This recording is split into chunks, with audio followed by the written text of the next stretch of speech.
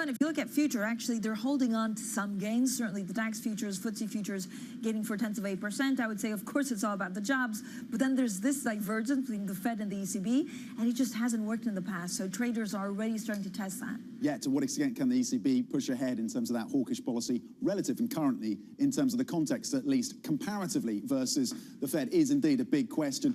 But it seems like the markets, at least for now, as you look at the gains posting in the first few seconds, are looking past the woes in terms of the US banking sector. And for the context, you saw the KBW index down a further around 3% yesterday, and for the context, year to date, down 30%.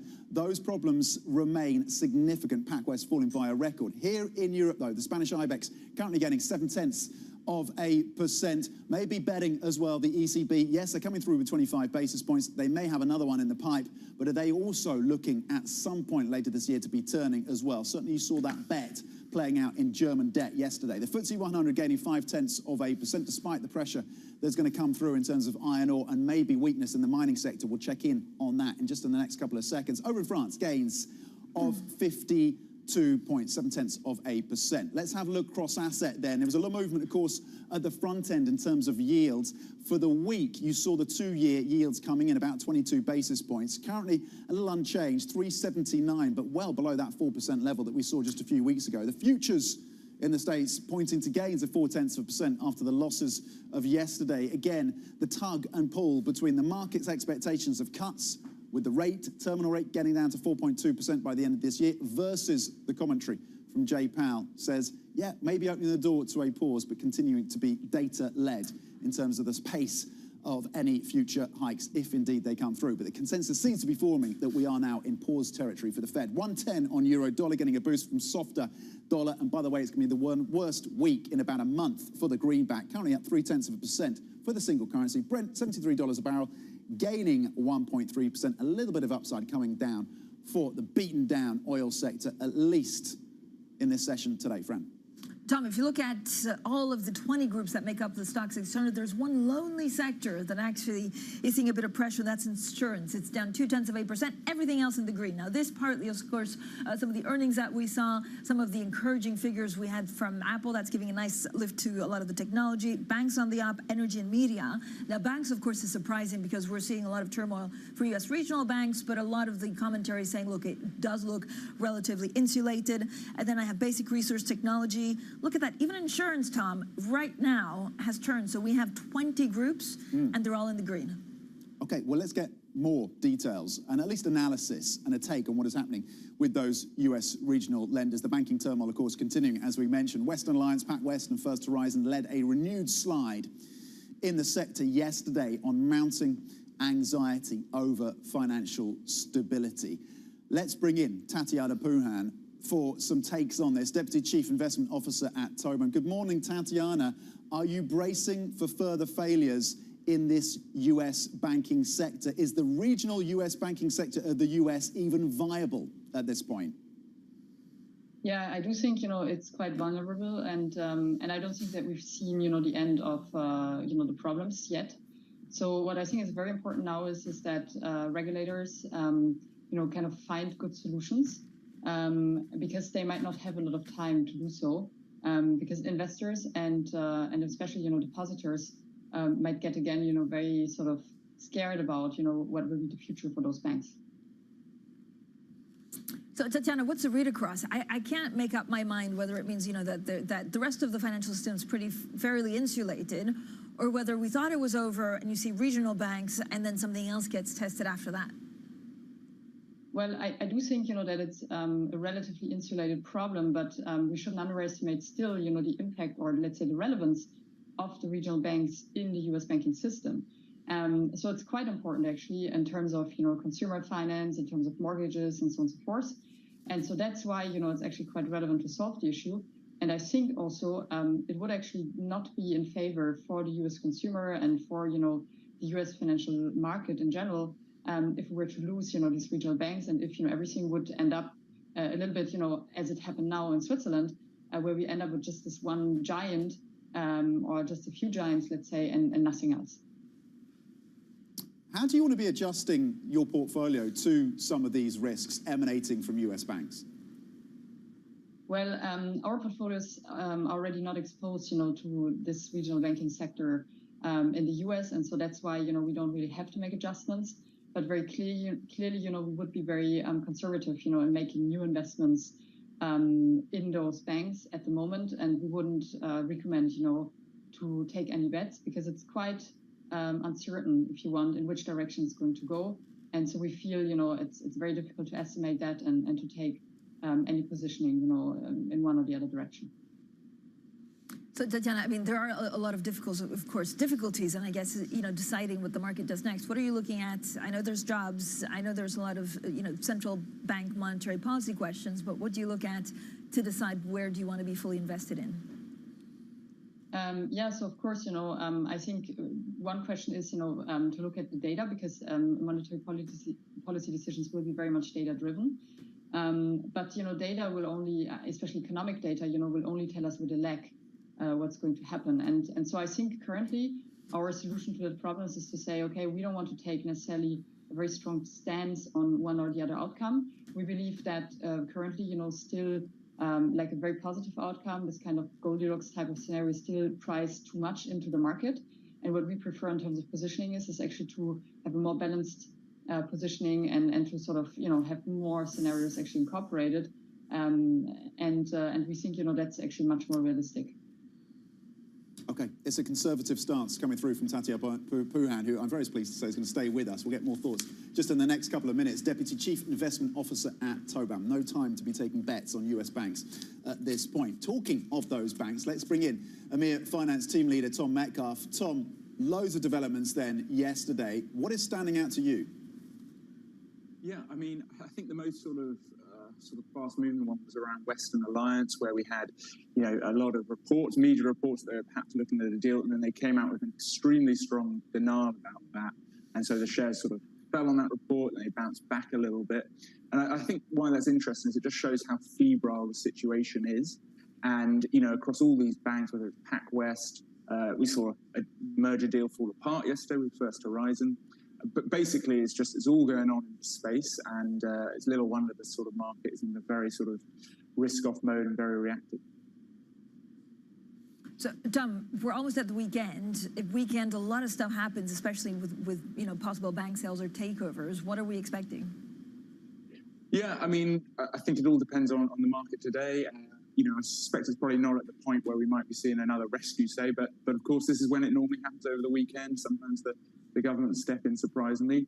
I think it's really not at that point yet, but of course, I think I've said that a few times before weekends, and suddenly everything's changed over in the afternoons. Yeah, it could be another volatile weekend, certainly for the banking sector. There's the new FDIC plans being drawn up around deposits, Tom. It seems like the larger lenders are going to be on the hook. How is this expected to kind of play out for some of those big banks? Yes, that's a really interesting scoop. Basically the FDIC saying, hey, we'll largely target the really big lenders here to sort of replenish these reserves that fall down. Now, this is not necessarily unexpected, but I think it kind of provides really interesting insight into, some of the thinking here. So obviously JP Morgan came in to rescue First Republic, and part of its thinking was, well, we know we'll be on the hook for the FDIC sort of pot. So this is actually in a way almost a cheaper resolution for us. But it just goes to show just how many rescues there have been, and also how the Fed is probably looking to target those really big banks right at the top, given they seem to be the biggest beneficiaries from the current turmoil. Thank you so much, Tom Metcalf, Bloomberg's EMEA finance team leader, Tom Metcalf there. Now, coming up, ECB President Christine Lagarde insists that the central bank's job to curb inflation is not done yet. So can Europe divert from the Fed and plow its own course? We'll discuss that next. This is Bloomberg.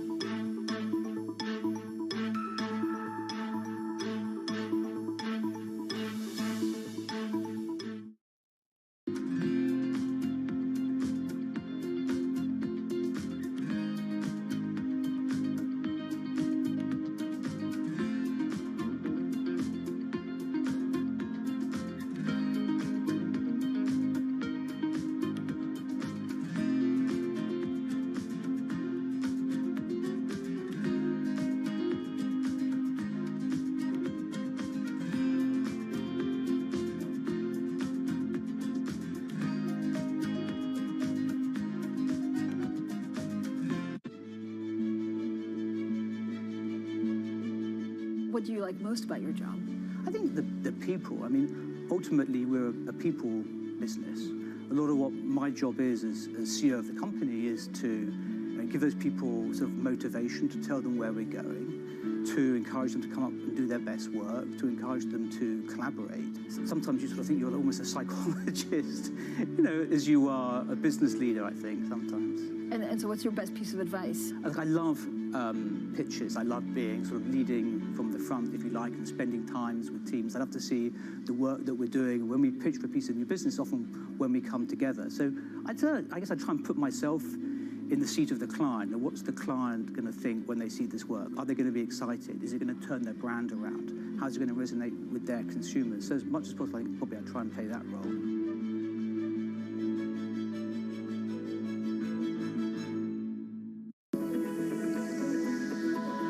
Japan's critical role in the global economy is changing as the world recalibrates. After decades of stagnation, Japan's leaders are forging a more innovative and sustainable path forward to revitalize the nation. Corporate giants, policymakers, and pioneers tell us how they're doing just that. Every week on Japan Ahead, right here on Bloomberg Television. Markets countdown in Europe. From the financial centers of the world, Bloomberg Markets European Close with Guy Johnson in London and Alex Connection Steele in lost. Real-time numbers, real-time analysis. Weekdays.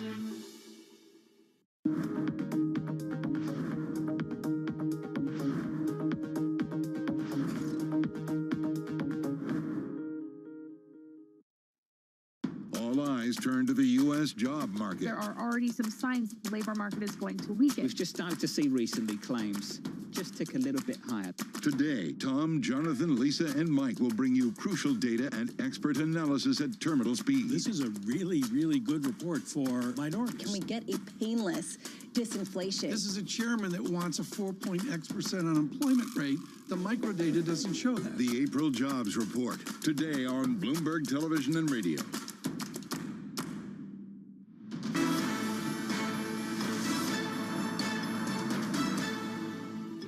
Everybody agreed that increasing rate was necessary. That second, we are not pausing. That's very clear.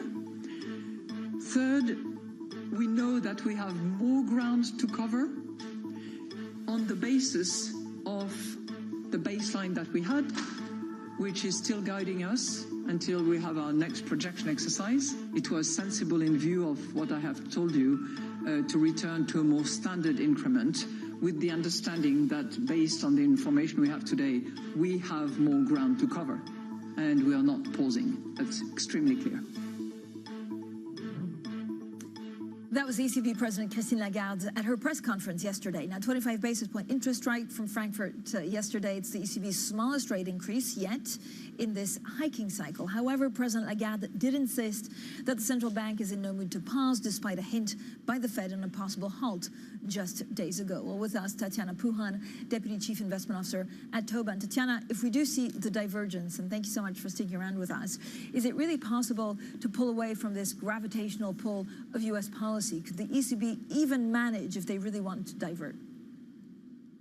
Yeah, I do think that, the ECB actually has to do that because what we see is that the European economy definitely, has different problems from the US. And I think eventually, it's time now that, the ECB is also able to sort of decouple from, Fed policy to solve those problems, that Europe has. And so from that perspective, I think it's very important actually, that they stick now to what has been announced yesterday and that they, try to really get the situation under control in Europe. Did the bond markets get this one again wrong, Tatiana? We saw yields coming in pretty significantly on German debt, a big fall there in terms of yields. They're edging up again today, about 6 basis points on the 2-year over in Germany. Did they get it wrong initially, though, on the back of this statement yesterday? Well, I think, it's actually very difficult at the moment to really sort of understand, the moves that markets do from one day to the other, because I think sometimes they just, try to be smarter than, what central banks say, and then eventually they have to sort of give up, and then they have to realize that in the end of the day, it's the central bank that decides and not the market. And so I wouldn't probably pay too much attention, to moves in the market from one day to the other that are potentially much more about sentiment and kind of, traders trying to sort of bet on their views. But what matters much more for me is, the kind of medium term and, the actual decisions that are taken by the central banks. And so sort of, that's what really is going to matter then for actually the wealth of, investors and sort of, the evolution of returns and markets and so forth in the medium term. But Tatiana, even when you look at earnings, so how much is this all about inflation? And if you think, the inflation is actually the death of all good things, or certainly the risk remains very high, what does that mean for future earnings growth also for a lot of the companies?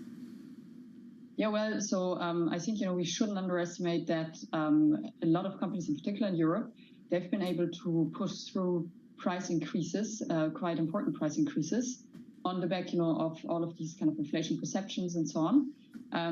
But they might not be able to do that much more, going forward. And so, if there is, certain dynamic in wages, so if wages, continue to increase and so overall also production costs increase and so on, this kind of inflationary effect actually will be very difficult then to sort of, compensate, to be compensated by the companies by rising prices even further. And then, this is going to feed back also into earnings. So clearly, this earnings season was still relatively good. I mean, a bit mixed, but still relatively good. But I wouldn't be, I wouldn't be completely blind, to the fact that inflation in the longer run might have much more of an impact on company earnings and also on the economic dynamics in general. Okay, Tatiana Buhnheim, Deputy Chief Investment Officer at Tobam. Really appreciate your time working through the earnings with us, but also, of course, the views on the central banks and the next steps from the ECB and the Fed. Thank you. Let's get the Bloomberg Business Flash now with Sam Etienne. Sam. Morning, Tom. iPhone sales rebounded to their best March quarter on record, helping the world's most valuable company top earnings estimates. Overall, sales at Apple were close to $95 billion, suggesting the tech giant is beginning to recover from an industry-wide slump. CEO Tim Cook singled out India in an earnings call, underscoring its potential to become both a market and production base. And Bloomberg has learned that Microsoft is working with AMD on the chipmaker's expansion into processors for artificial intelligence. The companies are teaming up to offer an alternative to NVIDIA, which dominates the market for AI-capable chips. The move reflects Microsoft's deepening involvement in the industry, with chip investment totaling $2 billion so far. And a blockbuster result for Macquarie's commodities trading business has helped offset a downturn in deal-making, delivering a 10% jump in annual profit for the Australian Investment Bank. Nick O'Kane, who heads up the powerhouse commodities trading business, saw his pay exceed that of the firm's CEO. O'Kane's total remuneration for the year rose almost 60% to more than $38 million. That's your Bloomberg Business Flash. Tom, Francine. Thank you so much, Etienne. Now, we'll have plenty more, of course, on Apple. Strong iPhone demand helps boost Apple's first quarter sales. We'll discuss earnings at the world's most valuable company. That's coming up next, and this is Bloomberg.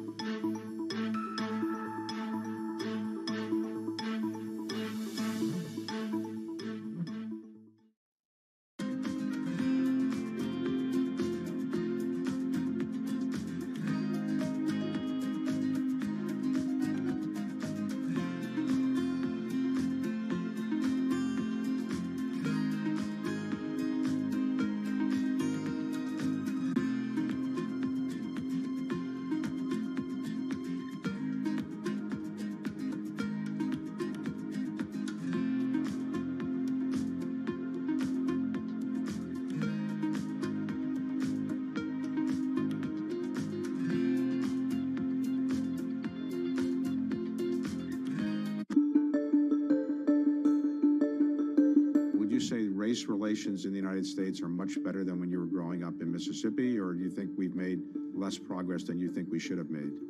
Both. I think that much better than when I was growing up. There's so many people who occupied areas I never thought I would see them in. But I would have hoped it would be better. It's been a lot of progress, and somehow we're in an era now where, in spite of the progress, race relations in certain areas has become very scary. You know, some of the things that one reads about now remind me of growing up in Mississippi.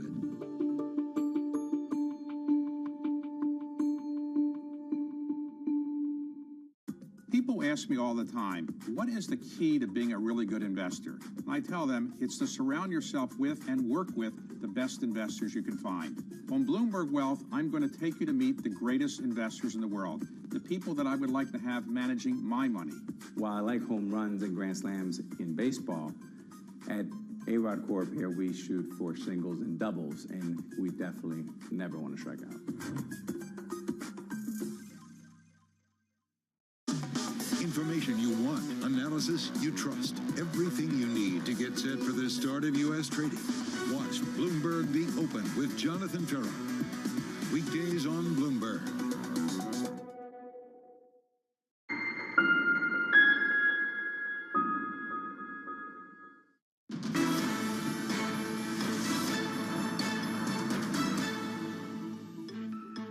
Welcome back to the Open, 21 minutes into your European trading day. Gains of actually 0.4% across the European benchmark. Futures are also looking positive stateside. Gains of 0.4 there on the Nasdaq futures and the S&P E-minis. Looking past the banking turmoil, at least for now. The downside, of course, of PacWest, a record drop of 51% yesterday. Will the regulators and the government be forced to step in? The dollar under pressure, still down about 0.2%. Euro dollar getting a bit of a bid, up 110. And yields ticking up after coming in pretty substantially on German debt yesterday. Let's check in on some of the stocks on the move at the open. Adidas, really interesting. Investors rewarding a beat in terms of first quarter sales for this company, and you can see the stock rallying 5% on the back of that. So sales of 5.3 billion euros in the first quarter. Again, it was a beat versus the estimates.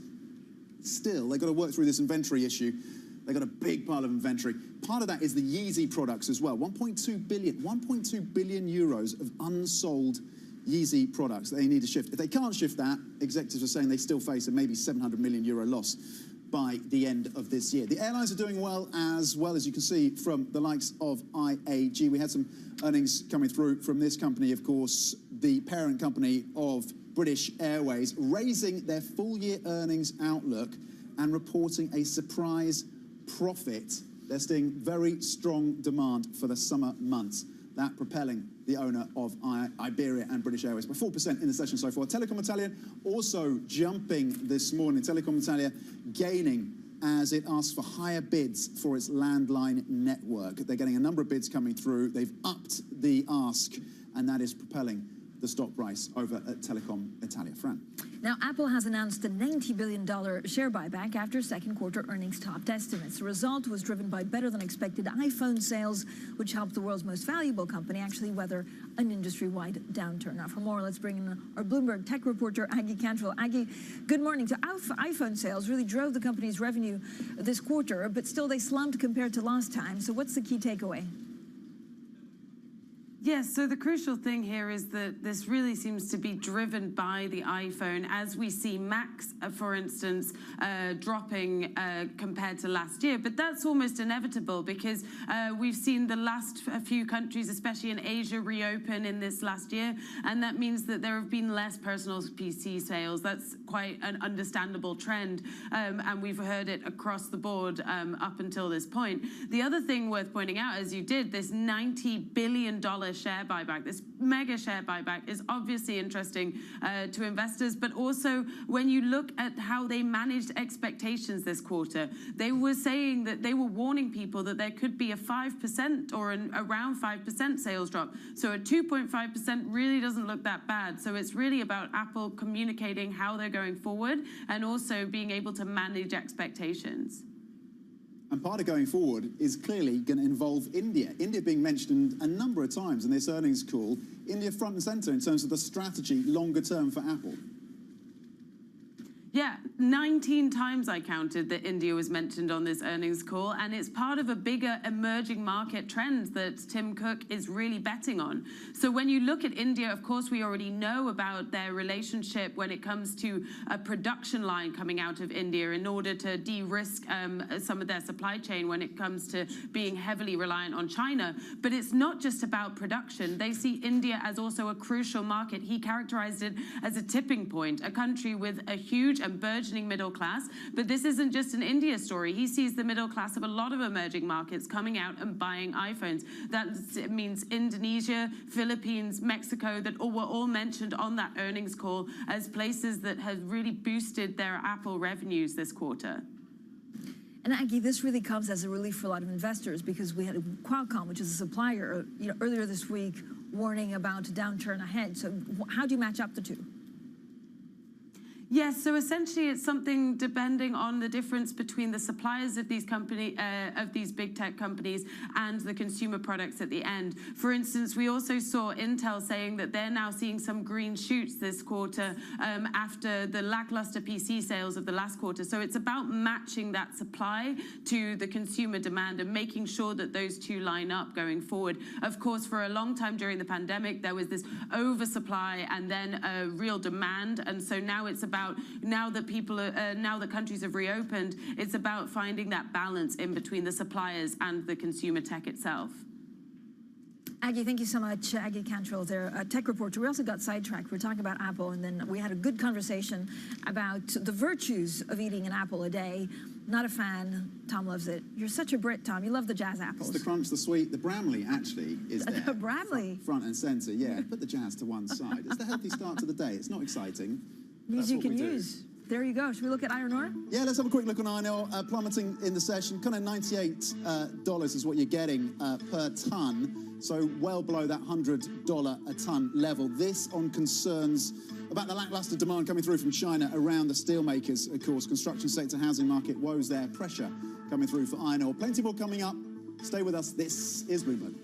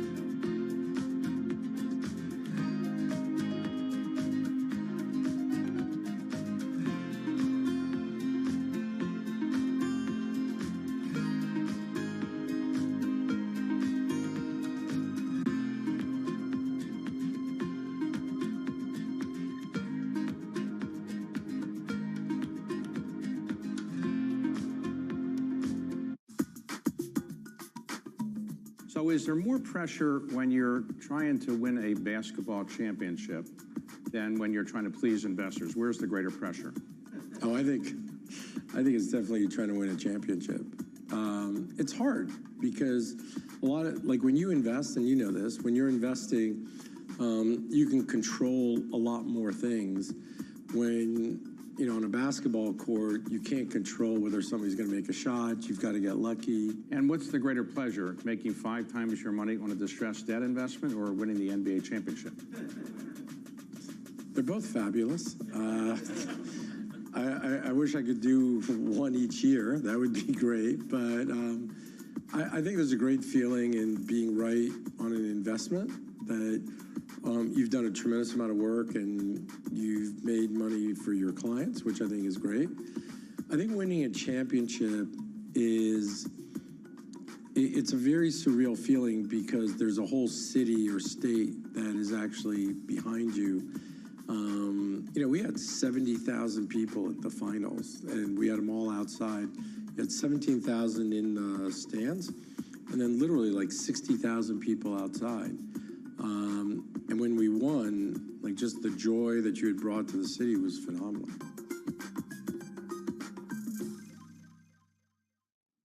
BSO Now is your online home for weekly Boston Symphony Orchestra and Boston Pops performances. See new concerts that go behind the scenes, plus acclaimed archival concerts. Visit bso.org/now, where the music plays on. BSO season sponsor, Bank of America.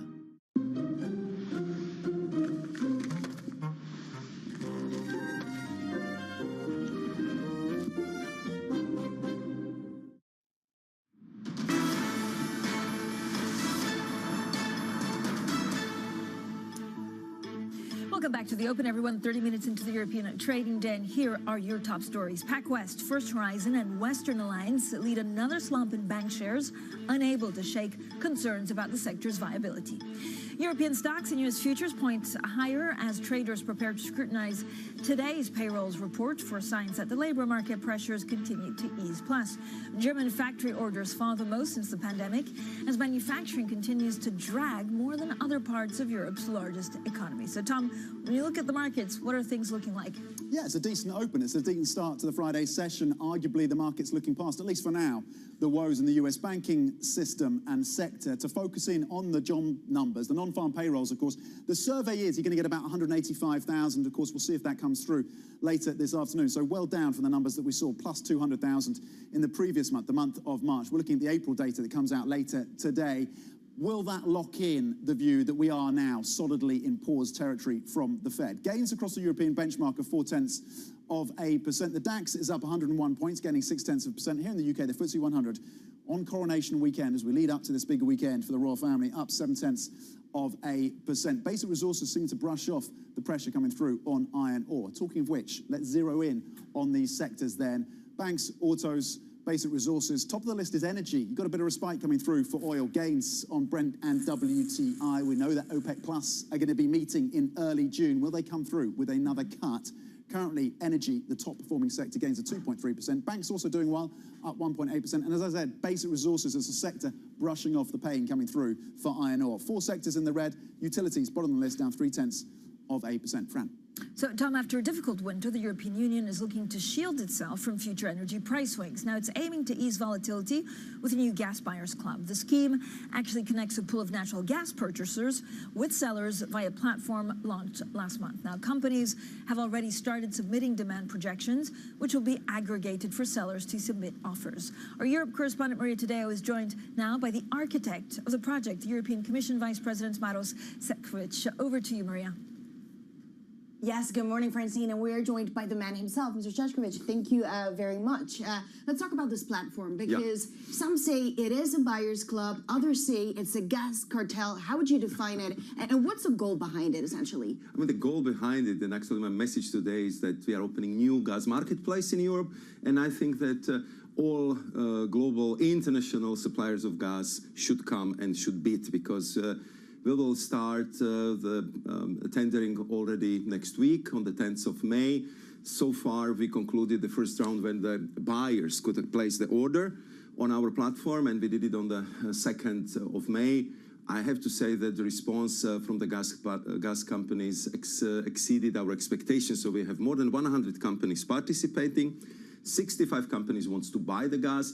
And we have 19 companies which want to play the role, all the common purchaser or the agent on behalf. I mean, these would be the companies which would simply make sure that also these gas suppliers will actually get to the new customers they didn't know before.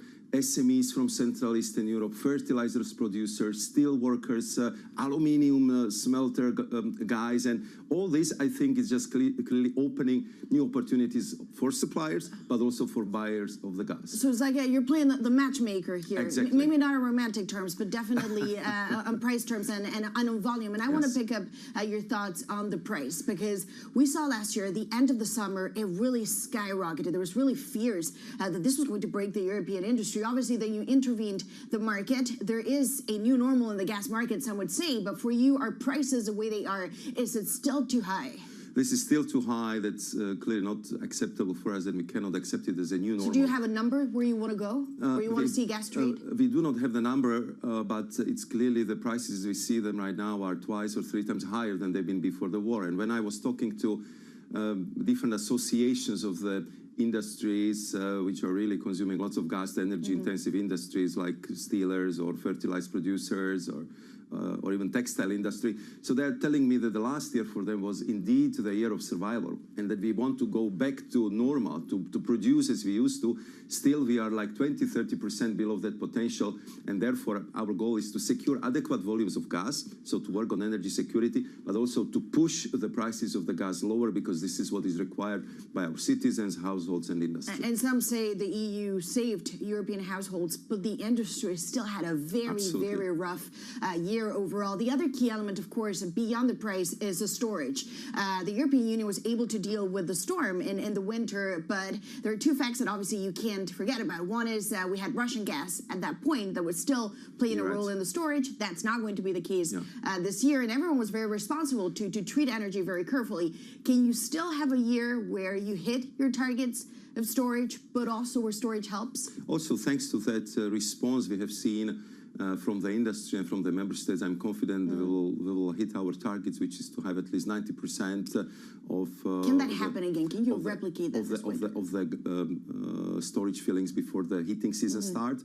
And therefore, we are already coming to the international markets right now. And I think what is very important for your viewers to know that the bids which been, or the demands which been placed on the platform, they are already covering 23 national markets.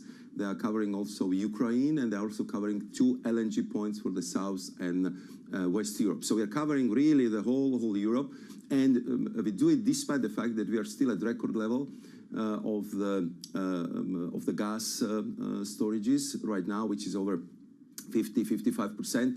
But nevertheless, we do not want to be complacent. My message to our member states and companies is we have to be vigilant, because the situation is still very fragile, and therefore we are pushing so much energy into creating this new gas marketplace, which is actually operating on cost-free basis. It's voluntary. There is no risk for the participants. So I hope that it will attract also adequate response from the suppliers, because clearly there is a demand. You sound to me like you came here with a real business pitch. I mean, what you're saying is we're creating our own references. Essentially, if you want to get into this market, get in this year. Yes. Absolutely. As I said, I mean, this is really a new gas marketplace. We created this new platform. We are looking for new customers. So I would say for the international suppliers, we're actually doing, I would say, enormous service for free.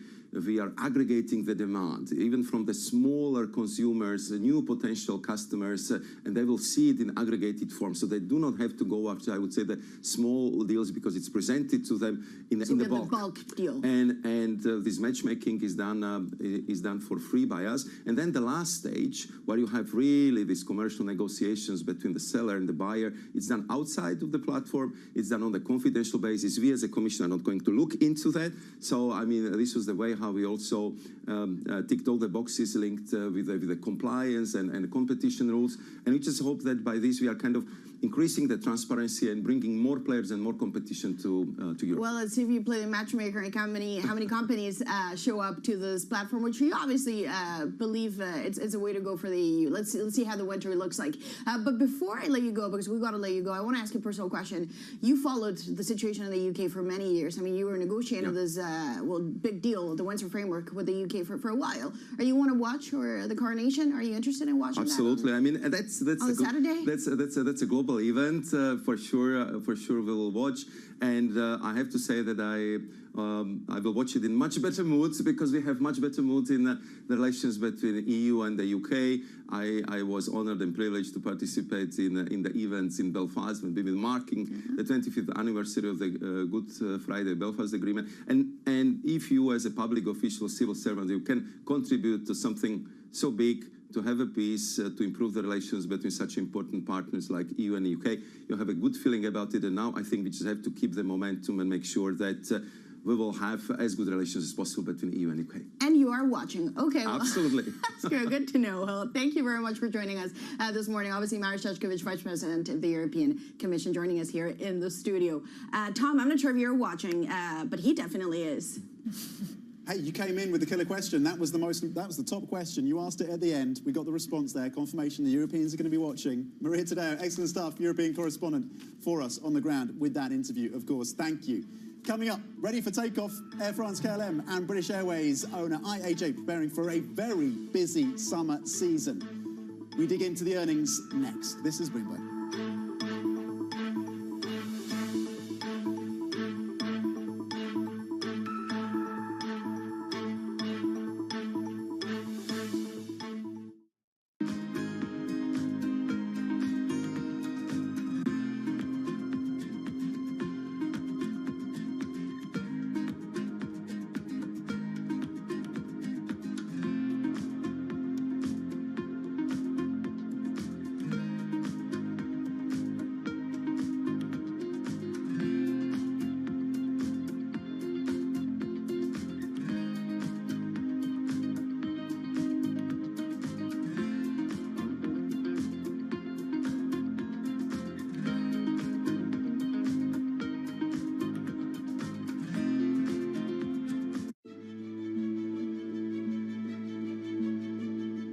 We can replicate Tesla. Tesla is a unique because when they found it, and then the personality behind it, the product is beautiful, technologically very, very strong. So in many areas, Tesla is Tesla, but Xpeng is Xpeng. We want to focus on what we think is important for our customers.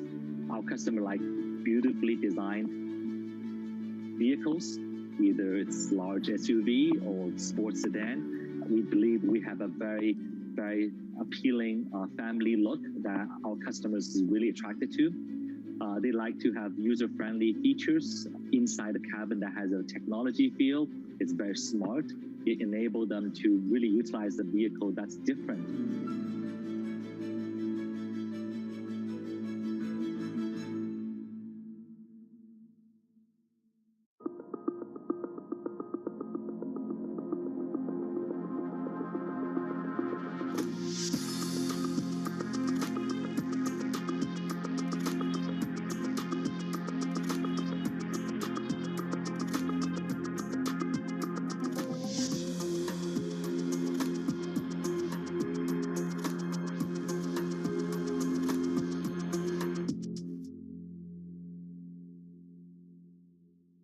This month, Bloomberg brings you the latest from China's 14th Annual National People's Congress, including China's COVID recovery, economic outlook, and geopolitical tensions. Continuing coverage this week on Bloomberg.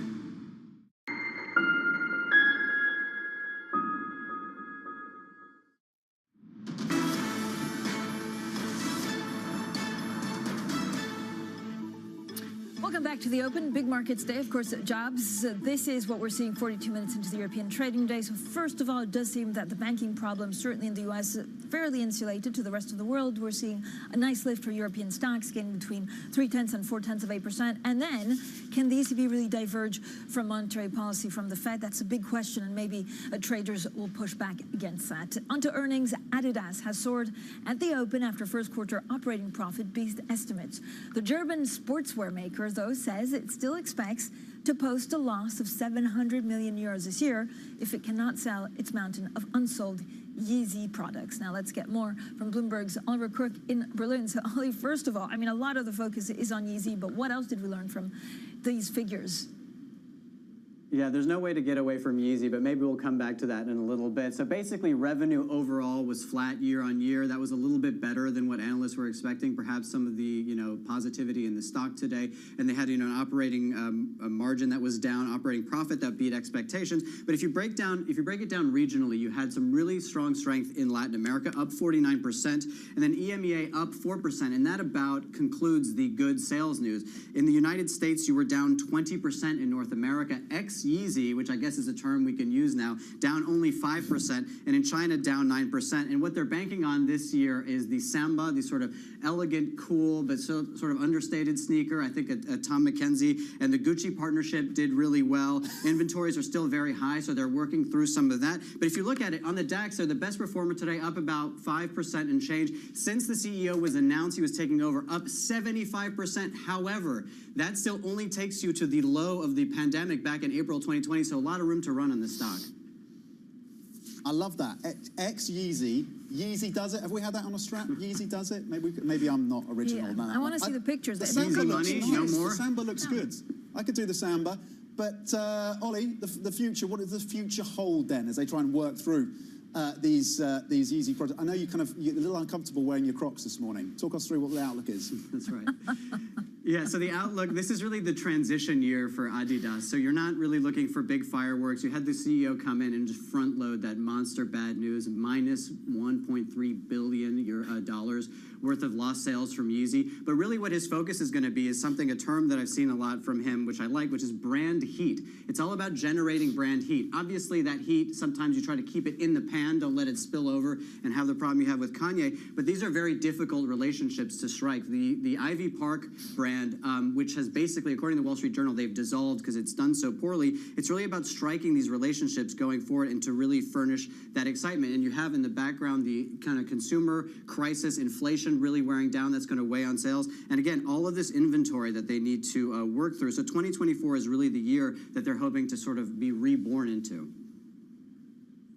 All right, excellent stuff. Oliver Crook, thank you very much indeed, walking us through the Adidas earnings. And we've got more earnings, and particularly with the focus on airlines, Fran. Yeah, we've had some pretty strong numbers out of the aviation industry, so let's get straight to that. British Airways owner IAG reports their surprise operating profit in the first quarter. Air France-KLM's net loss narrowed more than expected. That's as bookings for the summer came rushing in. There you go. People want to go out and they want to fly out. So joining us now is our senior editor and aviation reporter, Benny Kamel, also in Berlin. Okay, Benedict, what is the top line for you coming through? The sustained demand for summer bookings, is that enough for these airlines going forward?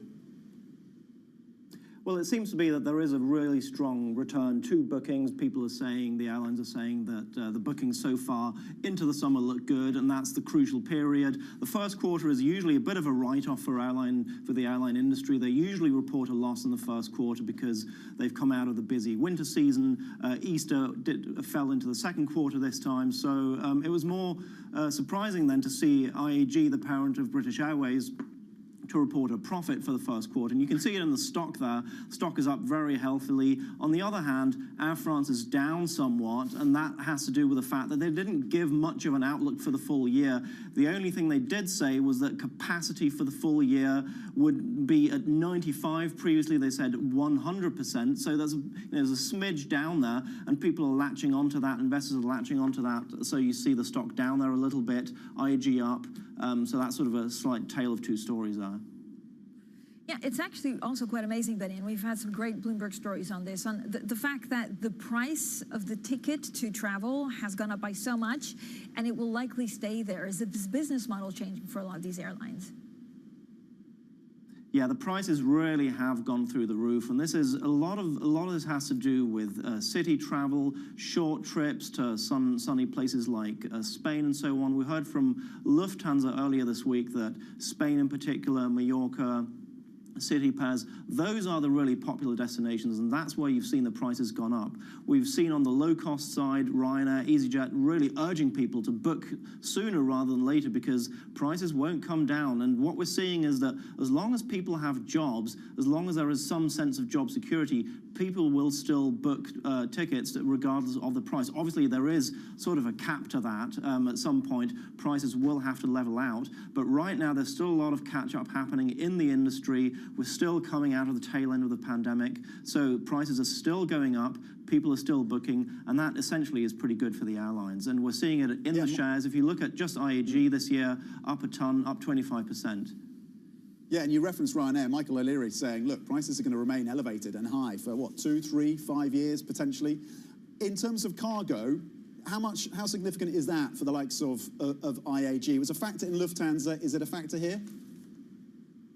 it's a factor across the industry, and we're seeing cargo really leveling out again, and it had to come back from these elevated levels that we saw during the pandemic. There's more, the shopping behavior has changed a bit again. Some of the supply chains are sort of coming back. So the cargo that really helped a lot of airlines through the pandemic is coming back. With Lufthansa, they had $500 million in profit in cargo a year ago, and that came down to about 150 million. And that's something we're going to see evening out across the industry going forward.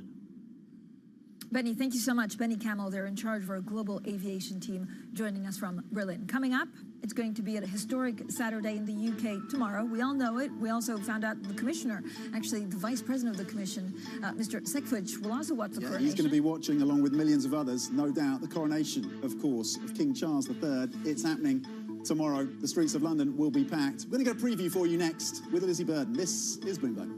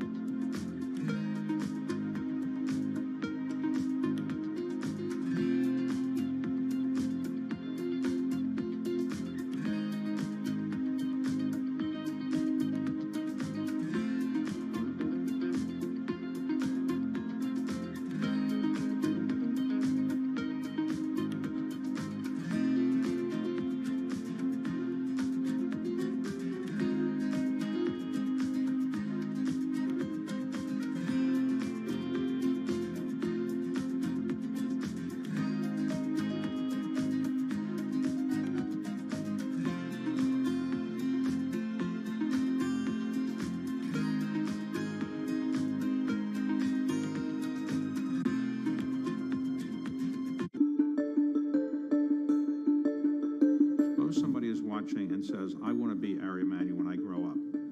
What should somebody do to get into the talent agency business or the business you're in? Well, it's hopefully what I've taught my kids. You got to be intellectually curious. You got to be, you got to show up. And you know this like I know this. I got on a lot of planes. You just, even though that voice in your head is saying, oh God, I'm so tired, I don't want to do this. You got to show up. You got to be charmingly relentless. You have to build emotional endurance, because there's no straight line to success. It's kind of all over the place, and you have to just be able to work through those things. And then I think one of the things that I do every week is I try to create serendipity.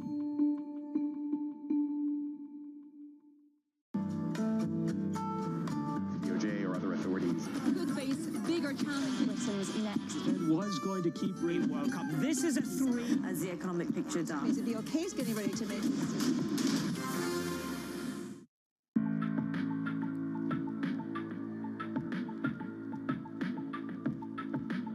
This is Bloomberg.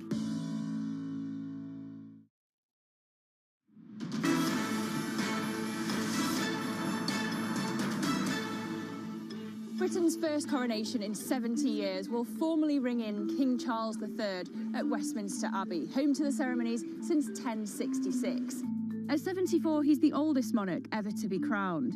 2,200 guests will attend, roughly a quarter of the number who were at Queen Elizabeth II's 1953 coronation, and it's expected to take half the time. Amid a cost of living crisis, the King has asked for the service to be good value, but with a reported £100 million price tag, it's double the cost of his mother's in today's terms. Charles will wear St Edward's crown, decorated with more than 400 gemstones. Camilla, meanwhile, the Queen consort, will carry 2,200 diamonds in hers, worth up to an estimated £5 billion. But what's the economic impact of the pomp and pageantry? Bloomberg Economics reckons that on balance, the extra bank holiday is going to cost the economy about £2 billion. But estimates have suggested that tourism, hospitality and souvenirs will bring in more than £1 billion, somewhat meagre compared to the Queen's Jubilee last year. For Britain's pubs and restaurants, that includes a £350 million boost to sales. so the hangovers may be as memorable as the coronation itself. Bloomberg's UK correspondent Lizzie Burden, they're looking at the coronation this weekend, particularly at the numbers. So London gearing up for dignitaries and tourists descending on the capital for the King Charles coronation ceremony. Monday, as we all know, Tom, will also be a bank holiday here in the UK. It will indeed. Some people will be kicking back and relaxing on Monday after the coronation. Let's cross over to Lizzie Burden, who joins us now for a slightly different take on what's happening in the UK, and that is local elections. We're getting some of the results coming through, and the importance here for the viewers who may be scratching their heads as to why we're looking at local elections in the UK is the indicator, what it tells us about how these positioning or parties are positioning ahead of that election in 2024 that is expected, the national election, of course, the general election that is on the docket. Lizzie, what do we know so far? Tom, you're exactly right. The polls have closed, the votes are being counted, and it looks like Rishi Sunak in his first electoral test is set for a bruising defeat. You've already had the Conservatives losing 200 seats of the first 1,600 results announced, and this is the chance for the opposition Labour leader Keir Starmer to show that he is opening a new chapter to the Labour Party from his predecessor, Jeremy Corbyn. This is symbolic, as you say, because it's the first electoral test of Rishi Sunak for Starmer to show that he can translate the poll lead into real electoral gains. And remember, historically, in the run-up to Tony Blair's landslide election victory in 1997, then Labour made a series of local election gains. I would caveat it by saying that the Liberal Democrats, the third party, do tend to outperform at the local level. Of course, the local elections have local issues like bins and potholes, but the polling expert John Curtis has said if Labour can get a double-digit poll lead in the vote share, they're pretty surely on for a parliamentary majority at the general election. So they've got key seats already in the bag, the likes of Medway, Stoke-on-Trent. It's a big day for both parties. Don't get me started on potholes, Lizzie Burden. Do not get me started on potholes. All right, a bit of a bloody day then, a bloody nose for the Tory party. Thank you very much indeed for the update there, Lizzie Burden, who's also going to, of course, be covering the coronation news for us as well. A couple of stocks to check on the move then. We've talked about Adidas rallying today after sales came in the first quarter, 5.3 billion in terms of sales, well above the estimates, so a jump there of a little over 5%. IAG, just a reminder that the airline industry is back on much surer footing. Summer demand is really propelling the upside there. Telecom Italia around upping the offers for part of its networks business, rallying 4%. Fran, are you going to be tuning in for the coronation? I mean, what I find fascinating is that a lot of the foreigners, and certainly all the Europeans, are tuning in, and there's just less interest for the Brits. Less interest for the Brits? Right? The foreign demand is there, though. The big US networks are going to be on the ground. I mean, a lot of people are just up for the parties. I know there are some street parties, but maybe not as much as a Jubilee. All right, that is it. Surveillance Early Edition is up next. This is Bloomberg.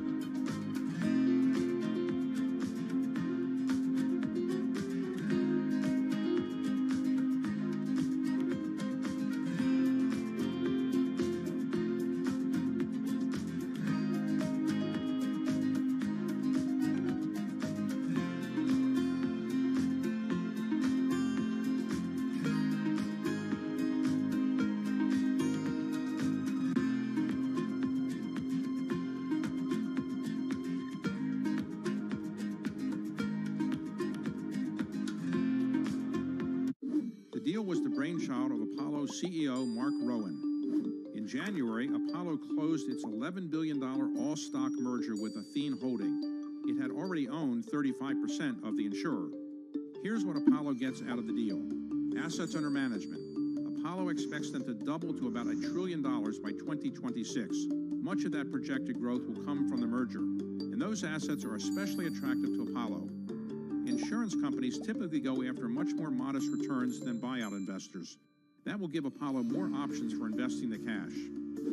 Athene is a steady provider of fee income. It has grown into one of the nation's biggest holders of fixed annuities, those retirement savings products favored by risk-averse customers. The merger will also allow Apollo to simplify its governance. It gave up its dual-class share structure and adopted a one-share, one-vote plan. The hope is that will eventually lead to Apollo's inclusion in the S&P 500. Bloomberg UK, your source for news and analysis covering the biggest challenges facing the UK government, economy, financial services, and markets. Tax cuts should not be the priority. It's about a credible plan for growth over the next 2-3 years. In this post-Brexit world, how do you see actually servicing your clients? It was disruptive, and it's going to have implications to how capital raising works. Now we're having the perfect storm in the UK. Watch Francine Lacqua Thursdays at 9:30 a.m. only on Bloomberg, your global business authority. Welcome back to Bloomberg Daybreak Europe. Good morning, good morning. This is Bloomberg Surveillance. Welcome to Bloomberg Markets, trying to open. This is Bloomberg Technology. And welcome to Balance of Power. This is Bloomberg.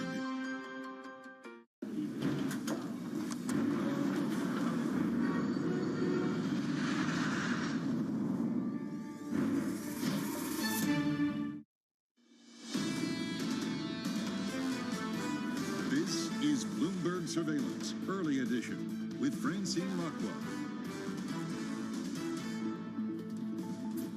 Good morning, everyone, and welcome to Bloomberg Surveillance Early Edition. I'm Francine Lacqua here in London, and here's what's coming up on today's program. PacWest, First Horizon, and Western Alliance lead another slump in bank shares, unable to shake concerns about the sector's viability. European stocks and U.S. futures actually point higher as traders prepare to scrutinize today's payrolls report for signs that the labor market pressure continue to ease. Plus, German factory orders fall the most since the pandemic as manufacturing continues to drag more than other parts of Europe's largest economy. Now, first thing is first, so let's check on the markets. And again, it's a very heavy markets day. We look at German factory orders, how that weighs on the ECB. We look at the U.S. jobs data. But actually, the big question is, if the ECB, and if you listen to what Christine Lagarde said yesterday in the press conference, the fact that inflation is not out of the woods, and so she will continue keeping it under control, there's going to be a divergence between what we heard from the Fed just moments earlier and what we heard from the ECB. Now, history says that it's very difficult, that markets will push to play that divergence. So if you look at U.S. monetary policy, it's also always been King Fed. Does that change? That's probably the question of the month. Iron ore, one of the other stories that we're watching out for because it is putting pressure on some of the commodities, stocks, rich stocks, some of the basic resources, stocks and the miners. Iron ore down 1%, and then you can see crude oil 1.7% higher. So let's also look at some of the differences, if we have any, but actually there's not a huge difference. We're seeing all the sectors across the board gaining. I think insurance is the one that's gaining the least, but it's still on the way up. But you can see the FTSE 0.4% higher. Remember, on Monday there was a bank holiday post-coronation, so you're not going to see much movement on that Monday. The DAX and the FTSE MIB in Italy gained between 0.4 and 0.8%. The other story, of course, that we're following very closely is some of the U.S. regional lenders. We are heading into a weekend, so there could be things. We had, of course, a long chat with our banking expert saying that it's usually at the weekends that you find solutions if you have problematic anything, especially problematic banks. And then the question, when you look at PacWest Bancorp, is it really shielded to the rest of the world? For the moment, it seems that it is. Now, for more on all of this, our expert, he writes great columns that everybody understands, and they're also usually quite fun and funny. Bloomberg Opinions, Paul Davies. So, Paul, thank you so much for joining us. Okay, so you focused from Credit Suisse. Now you have these U.S. regional lenders, and we thought it was over with J.P. Morgan, buying that failing bank, but now we're back in this turmoil. Yeah, well, I think it's a situation that we see again and again, where the market investors are hunting for the next weakest link. Really, they're kind of pushing against who might have issues, who might have profitability problems, who might have assets, interest rate related problems, and just, I guess, seeing if those links will break. Is there a bigger question about if a lot of these U.S. regional banks get taken out, what the U.S. banking system looks like? So are we just creating more problems if you just have huge banks? Well, I guess that's one way of looking at it. I think if you are, J.P. Morgan at this point, you're what you're saying is, look, we're big, we're diverse, we're stable, we're here helping to solve the problem by being able to, pick up and look after some of these, struggling banks. But I mean, the US still has thousands and thousands of banks. We've got this story about how, the FDIC, the insurance body that sort of, that looks after depositors, is going to work out how to charge all of the banks to refill the fund, and any bank under $10 billion doesn't have to pay, probably. That's 4,000 banks, right? I mean, there's still a lot of institutions in the US, a lot of very small ones, but there's a lot in the mid-range as well. Well, and what you're very good at is really unpacking and distilling some of the differences between these banks. Like PacWest is not SVB, right? But you talk about the net interest margins. Again, if the markets keep on testing, like what's the end game? At some point, I mean, do they just test everyone?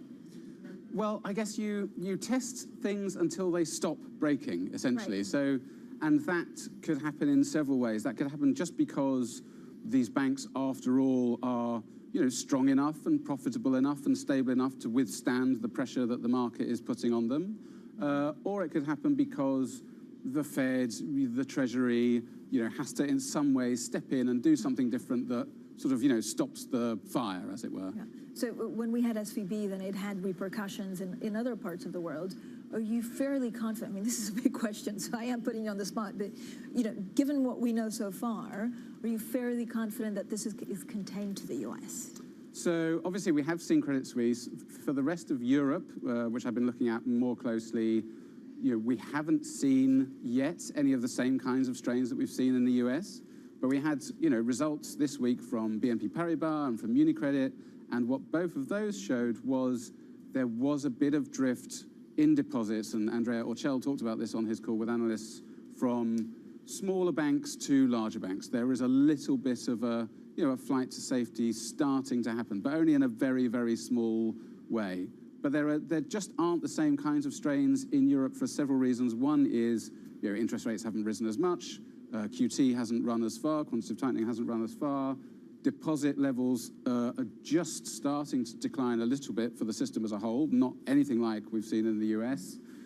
And also, all European banks, unlike in the US, are regulated to the same degree that the very large ones are. They all have to monitor and report on the interest rate risks in their books and things like this. So, touch wood, it's a much more stable-looking situation for now, at least, anyway. All right, Paul, thank you so much, as always. Bloomberg Opinions, Paul Davies. Now, the other story, of course, apart from the U.S. regional, I mean, we have many stories. We have the U.S. jobs, we have German factor orders, but in terms of corporates, we have the U.S. regional banks, and then, of course, we're looking at Apple. So I think we're just starting to have a pre-market gain 2.4%. Now, the story there is, of course, the chief executive focusing on India, maybe more than China, but it is also a relief. Now, they reported earnings that were a bit better than expected. It's still a dip, I think 2.5% lower to the previous quarter, but actually it's a relief for investors because we had Qualcomm, one of the suppliers, just saying a couple of days ago that the situation was pretty dire, and that's not the message we got from Apple at all. That share price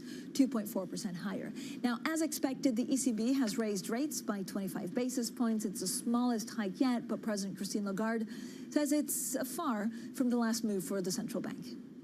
Everybody agreed that increasing rate was necessary. That second, we are not pausing. That's very clear. Third, we know that we have more ground to cover on the basis of the baseline that we had, which is still guiding us until we have our next projection exercise. Well, joining us now is Konstantin Veit, a portfolio manager at PIMCO. Konstantin, thank you for joining us. When you look at the pitfalls of monetary policy, first of all, are traders and markets just going to push back against the ECB to see whether they can really diverge from the Fed? Good morning to you. I think the ECB is right to emphasize they're not Fed dependent and they're in a different stage. If you look, for example, where the core inflation rates are in both jurisdictions, which are pretty similar, versus the policy rates, which are not that similar. So I think it makes sense that the ECB communicates that it expects there is more ground to cover. So what does that mean, Konstantin, on how you want to construct your portfolio going forward? I think overall, if you look at the yield levels, they're obviously radically different compared to what we've seen a while ago. We've been in negative rates for a very long time, particularly in Europe. We are now at much higher rates, so there's obviously a way more constructive backdrop for fixed income. On the other hand, there are still a lot of risks out there. The good news is you don't have to take a lot of risks, both interest rate risk and credit risk these days to get a good yield on your investments. So we prefer the front to medium part of the interest rate term structure, and also in the more credit sensitive segments, we certainly have an up in quality bias. Konstantin, when you look at, and this is something that we saw in last week, but then it's subdued. If you look at the difference between BTPs and German bonds, is there going to be a lot more anxiousness? And if you put that into context, we also had some pretty dire German factory figures today. I would argue that the spread between BTPs and bonds has been reasonably resilient since the ECB started its hiking cycle. It certainly helped that the government in Italy tried to be reasonably constructive when it comes to the institutional setup. It also helped that the ECB made very clear that they're monitoring fragmentations very closely. So overall, the spread has been reasonably stable since the ECB started its hiking cycle. And also, when you looked at the announcement yesterday, where they communicated an end to APP reinvestments from July onwards, the spread hasn't really moved much. So we don't see an immediate catalyst one way or the other, and accordingly don't have a big position there currently. So what's your biggest position? I don't know whether you have a very bold call on treasuries or on dollar that could actually change people's thinking. I think given the risks that are out there, particularly on how quickly, for example, core inflation will kind of come back to the central bank target over time, I think it's prudent to be reasonably close to home and not particularly exposed. So there are still pockets of opportunities out there, for example, in European swaps. We think they have room to converge to core government bond yields for a whole bunch of reasons. Also, when you look at RV type of trades, for example, when you look at the swaps in the US versus the swaps in Europe, where in forward space they trade pretty much close on top of each other, so there is also room to play some RV there. So we look at more from a bottoms-up perspective and de-emphasize a little bit the big macro calls at this stage. All right, Konstantin, thank you so much. Konstantin Wiet, their portfolio manager at PIMCO, stays with us. Coming up, the apple of Tim Cook's eye. We see what we've done there. We look into bumper earnings as the tech giant announces a buyback following buoyant iPhone sales. This is Bloomberg.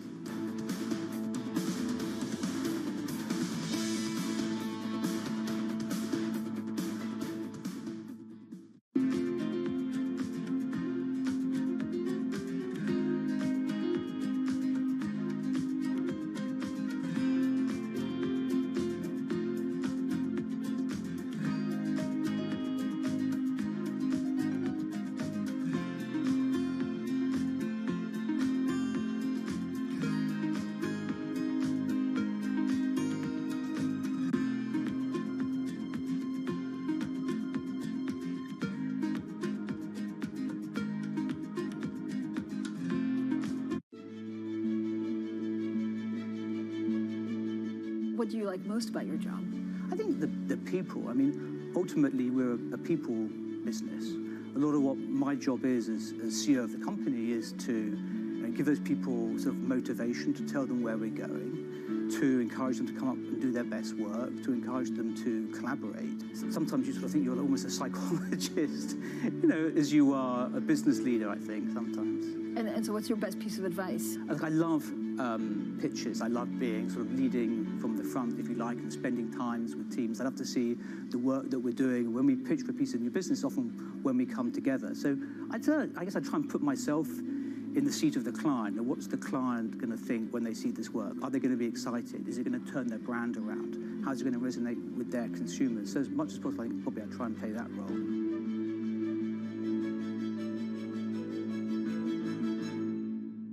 Business Week Radio, live weekday afternoons at 3 p.m. Eastern. We got a little bit of talking. Come on, are you guys ready? Harnessing the power of Bloomberg Business Week, Carol Masser and Tim Stanovic bring you the latest news from the worlds of business, technology, politics, and more. How does the Fed play into this and what the Fed does potentially? This is so exhausting and this is so all-encompassing. Listen on Bloomberg Radio and streaming on YouTube and Bloomberg Originals.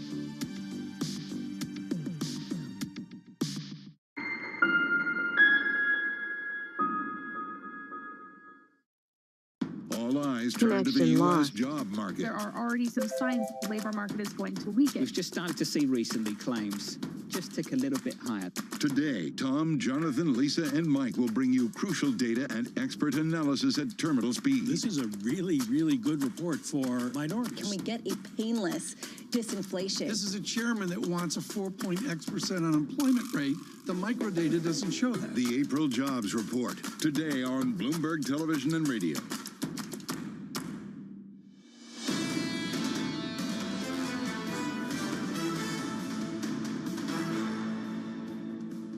Economics, finance, politics. This is Bloomberg Surveillance Early Edition, and I'm Francine Lacroix here in London. Now, sales of Apple's iPhone rebounded last quarter, helping the world's most valuable company top earnings estimates. The tech giant made more than $51 billion in sales from its flagship product, the iPhone, helping it weather an industry-wide downturn that has battered much of its product lineup. Well, the chief executive officer, Tim Cook, singled out India as pivotal for Apple. India is an incredibly exciting market. It's a major focus for us. I was just there, and the dynamism in the market, the vibrancy is unbelievable. There are a lot of people coming into the middle class, and I really feel that India is at a tipping point. Well, joining us now is Aggie Cantrell, our tech reporter in Berlin. So, Aggie, iPhone, good morning. iPhone sales really drove the revenue. What's the key takeaway? Good morning, Francine. Yes, so the iPhone was the driving factor here. Over $51 billion in sales for that core product, that key product for the company. And that is also coming off the back of muted sales for the Mac products, the desktop products, as people are probably buying less of them as there are fewer lockdowns around the world have meant that this year we have seen a significant drop in PC sales, not just from Apple, but from other companies as well. And this has also boosted their earnings. iPhones have also boosted their earnings, but this is also about managing expectations, that essentially we were expecting around about a 5% sales drop overall at the company. And by managing expectations and saying that and warning for that going forward, that essentially the 2.5% sales drop that the company saw is actually not much as to what investors were actually expecting. So India, Aggie, took center stage on the earnings call, as we heard earlier. What does this mean for Apple going forward? Yes, so as Tim Cook put it, that India is essentially at a tipping point, that they have a huge and burgeoning middle class. And it isn't just India, it is also other emerging markets. He also cited Mexico, Indonesia, the Philippines, Saudi Arabia, and the UAE, all as countries that had really boosted the revenues for Apple going into this quarter. And a big part of that is that these are countries with people who are not only part of the original developing class for iPhones, but are also buying those products as well. And that's key to India. India, of course, is a big focus for Apple as they try and decouple parts of their supply chain from China as a production hub. But he was pointing out that he had visited retail stores in India as well, and that he sees India as a key consumer market of the products, not just a producer. Thank you so much, Aggie Cantrell, their tech reporter in Berlin. Coming up, ready for takeoff, Air France KLM and British Airways owner IAG prepare for a busy summer season. So we dig into the numbers next. This is Bloomberg.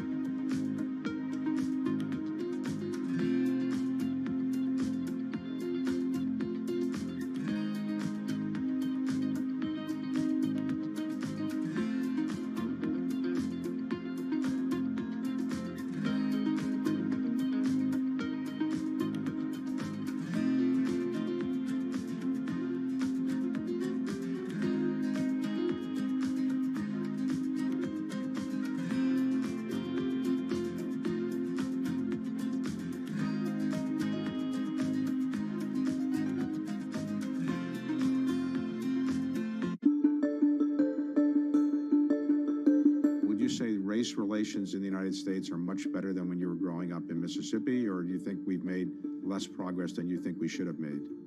Both. I think that much better than when I was growing up. There's so many people who occupied areas I never thought I would see them in. But I would have hoped it would be better. It's been a lot of progress, and somehow we're in an era now where, in spite of the progress, race relations in certain areas has become very scary. You know, some of the things that one reads about now remind me of growing up in Mississippi.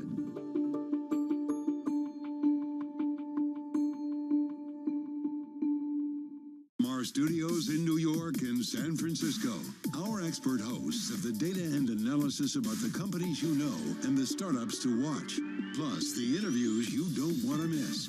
Watch Caroline Hyde and Ed Ludlow on Bloomberg Technology, the only daily business show dedicated to tech, right in the middle of the trading action. 12 p.m. on the East Coast, 9 a.m. in the West, only on Bloomberg Television, your global business authority.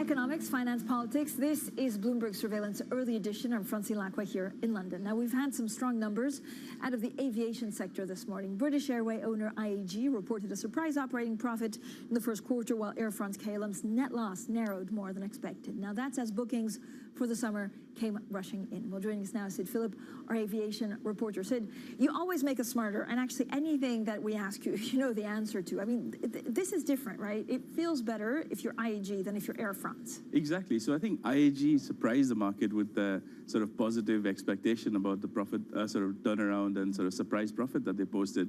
And I think that's a lot of that's driven by both leisure demand as well as the fact that there is sort of people are sort of getting out and traveling again.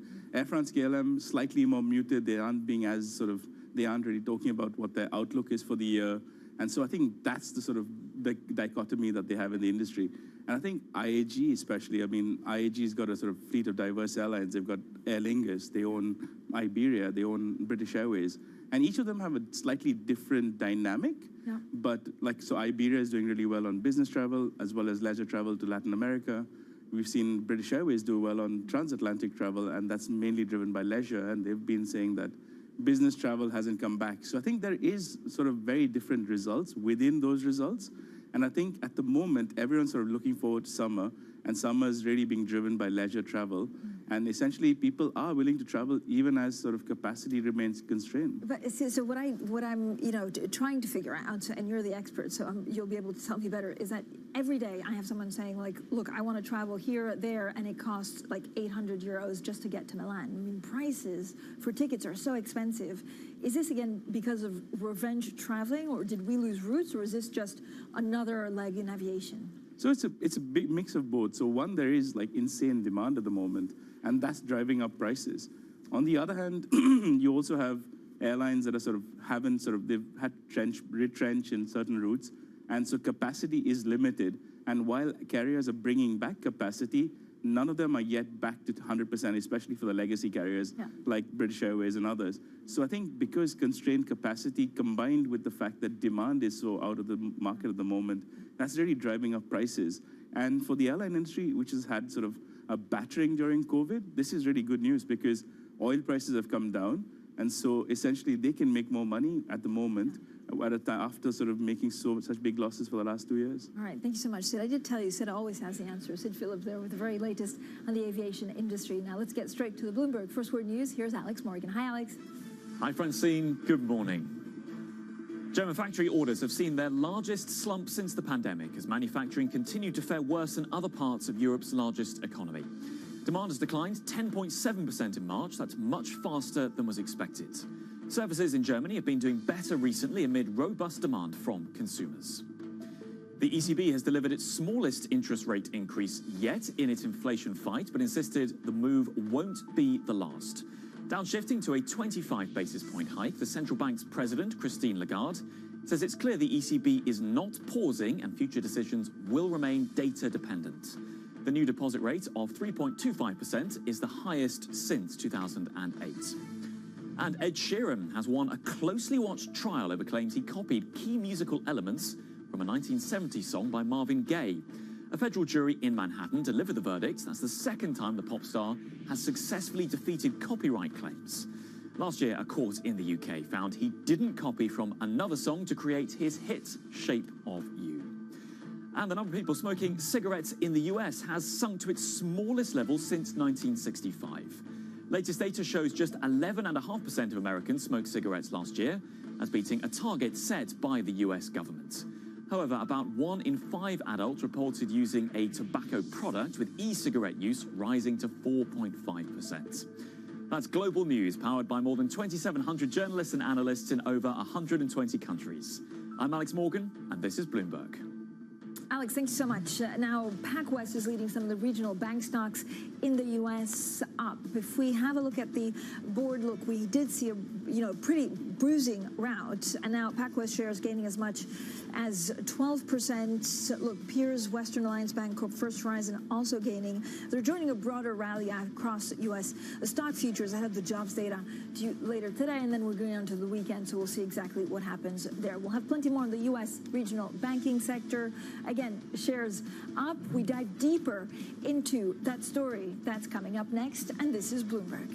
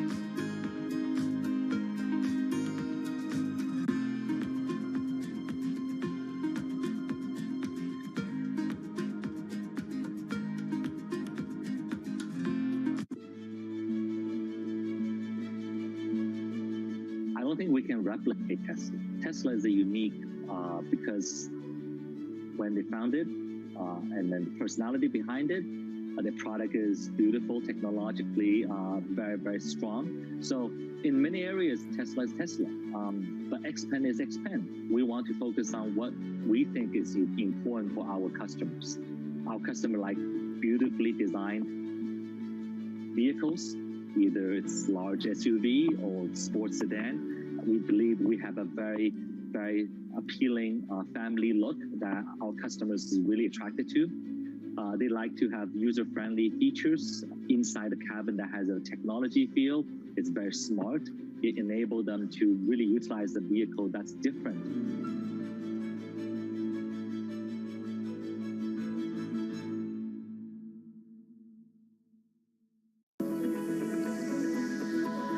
Japan's critical role in the global economy is changing as the world recalibrates. After decades of stagnation, Japan's leaders are forging a more innovative and sustainable path forward to revitalize the nation. Corporate giants, policymakers, and pioneers tell us how they're doing just that. Every week on Japan Ahead, right here on Bloomberg Television. The top names in business are on Bloomberg. Do you foresee a future where JP Morgan could potentially re-enter the Russian market? One day, maybe, but it's very possible that won't happen in our lifetime. Nobody covers business like Bloomberg. Why do the biggest names in business choose Bloomberg? That is a great question. It's a great question. Great question. Great question. Best question I get all night. Bloomberg, top experts, great questions.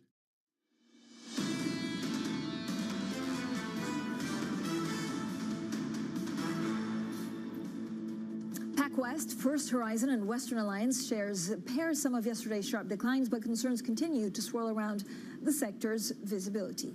European stocks, U.S. futures point higher as traders prepare to scrutinize today's U.S. payrolls report for signs that the labor market pressures continue to ease. Plus, Germany factory orders fall the most since the pandemic as manufacturing continues to drag more than other parts of Europe's largest economy. So good morning, everyone. Happy Friday. Welcome to Bloomberg Surveillance Early Edition.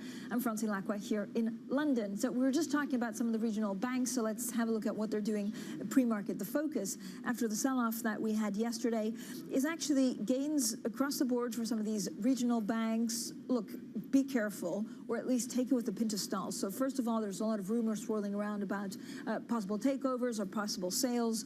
If you look at PacWest, it's definitely leading a rebound across U.S. regional banking stocks after the losses, but there are also escalating worries over the health of the industry. Partly why we're seeing also maybe this gain pre-market is because we're waiting for U.S. jobs data. So let's bring in Bloomberg's Valerie Teitel. Valerie, what exactly, good morning, is a circuit breaker for the banking crisis? Well, Francine, if you would ask the market this question yesterday, they would have replied, we need Fed cuts. At the worst of the session yesterday, the market had gone and priced a full 25 basis point cut from the Fed as soon as July. Now, there's others out there that claim the FDIC needs to propose a blanket insurance to deposits out there in order to stem this crisis. But I would argue we're at a different stage. Those banks we discussed just now, Western Alliance, PacWest, they do not suffer from an uninsured deposit issue. 75% of both of those banks' deposit base is insured. The problem now is morphing more into one of profitability. One of, are these banks viable when a cost of funding at a 5.25 Fed funds and a yield curve this inverted? That ultimately isn't fixed until the Fed starts to cut rates. So, Valerie, what do we know about this FDIC proposal?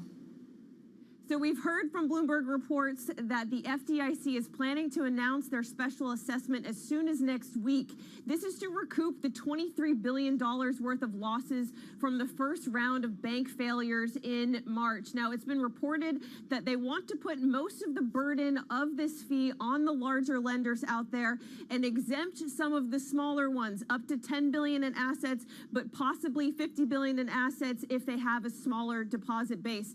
Now, this is nothing unusual. It's what the FDIC did back in 2009 when they needed to recoup their losses after the 2008 bank failures. Their special assessment did hit the bigger banks first, especially JP Morgan. They were saddled with a $675 million fee in the second quarter of 2009 that hit their earnings per share by 10 cents.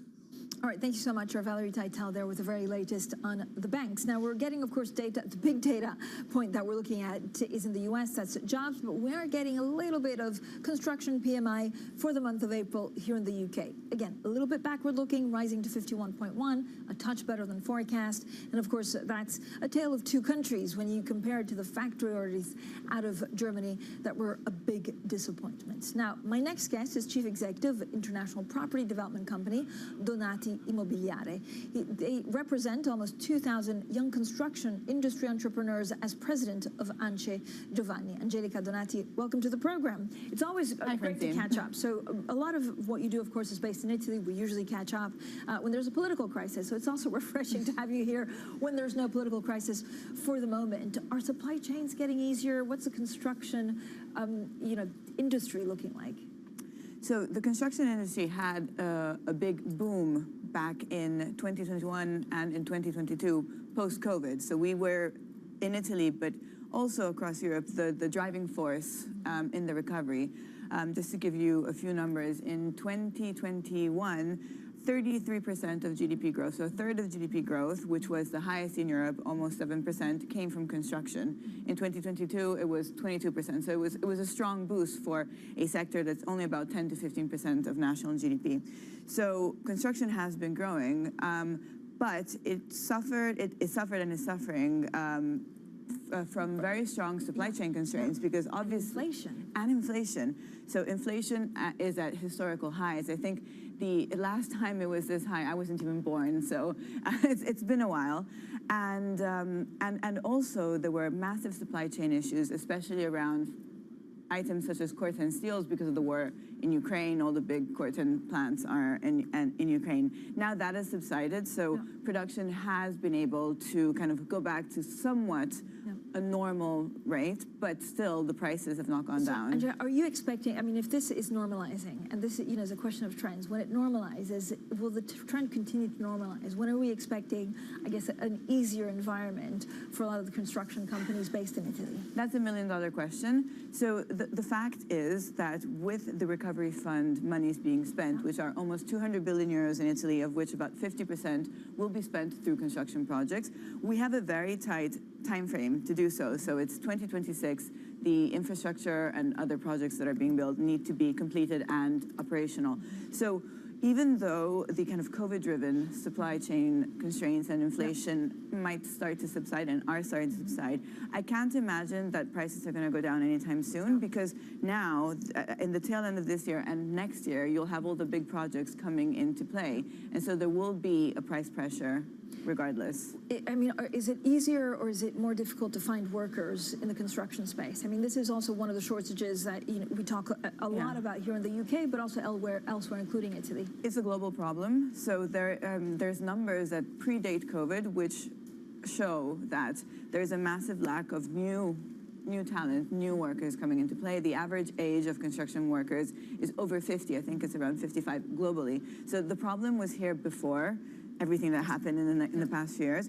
But now that you're kind of trying to restart something that has been dormant for a long time because construction was a laggard for many, many years before this new boom, the workforce pressure is very strong. So we calculated as a Construction Industry Association that just to build what is now in the pipeline, so not thinking about future projects, there's 60,000 people missing in Italy alone. That's a lot, Angelica.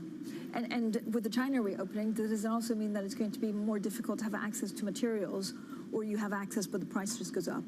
You have access but the price just goes up. Up to last year, there was a massive constraint in supply. Now it's more of a price-driven element, but lead times are longer.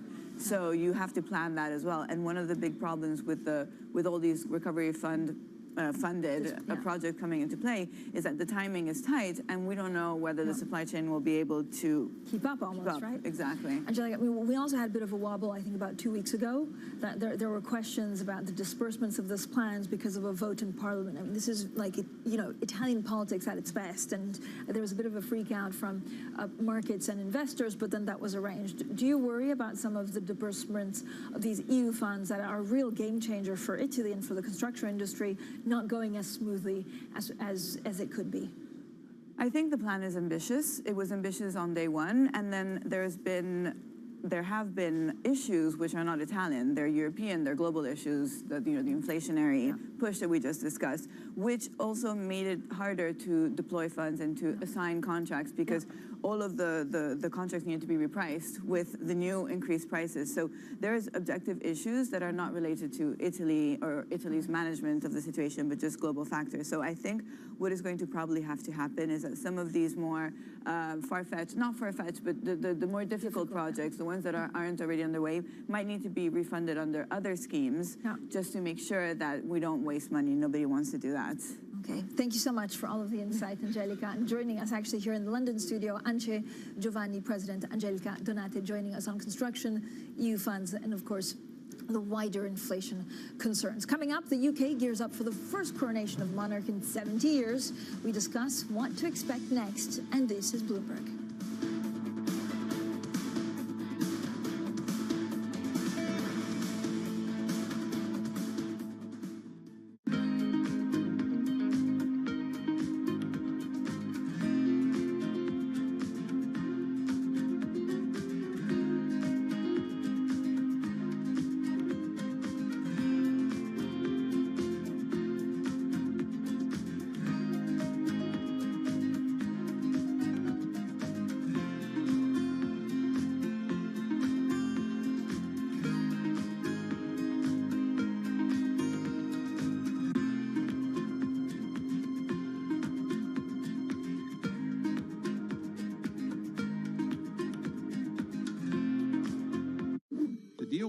brainchild of Apollo CEO Mark Rowan. In January, Apollo closed its $11 billion all-stock merger with Athene Holding. It had already owned 35% of the insurer.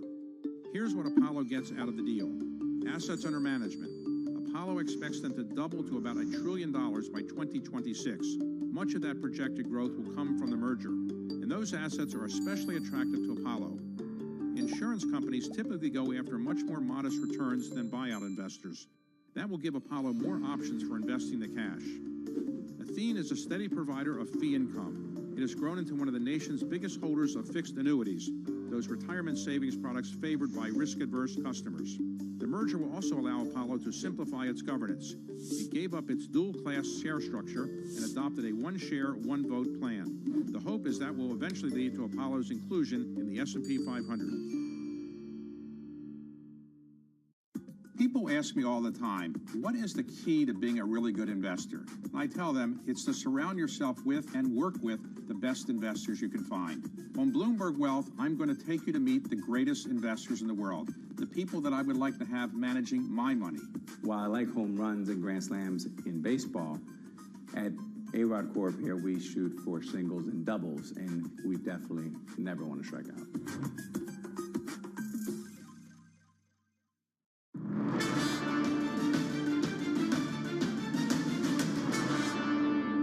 The waterfront area in Belfast already plays host to some big international companies like Citigroup and the law firm Baker McKenzie. Joe Biden says there's billions of dollars more of American investment ready to come here if power-sharing government is restored. But do those hopes seem realistic? And what would they mean for the future of Northern Ireland's economy? Now, Northern Ireland has enjoyed significant American investment over the last 25 years since the signing of the Good Friday Agreement. I think what we're recognising is an opportunity to accelerate and rapidly increase that interest. The experience from American investors to date has been hugely positive. They've all made substantial reinvestments and commitments to the Belfast and Northern Ireland marketplace. But not everyone shares the optimism from business leaders, particularly those young people who've grown up here since the Good Friday Peace Agreement. I think that the optimism is refreshing after a long period of pessimism, but I'm not really sure if it matches the reality of people's prospects in Northern Ireland today. We still are struggling with a lack of investment into Northern Ireland and a lack of business opportunities, particularly for young people. I think it's very different looking at it from an outsider's perspective. When you live here, it seems very different because you're seeing day in, day out, the actual impact of things on the ground in the health service and just how bad it is. While those people have high hopes, it's very different if a family member is in hospital and you're seeing the impact of having no government. And why on earth would anybody want to stay? The missing piece in the quest for more prosperity in Northern Ireland is the lack of a functioning government. There hasn't been one here at Stormont since February of 2022, and for now at least, there's no sign of that changing.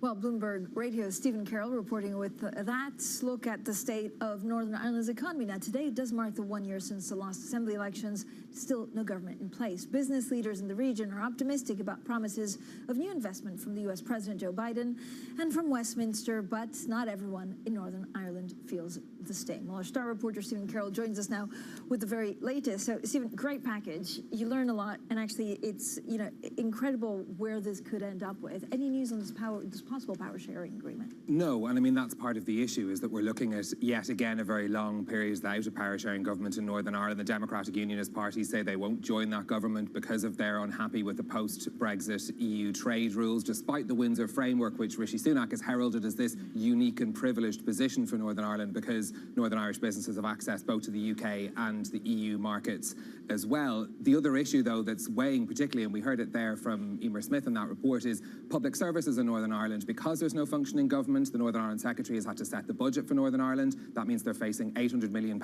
of cuts in spending this year. The health service already has the longest waiting lists in the UK.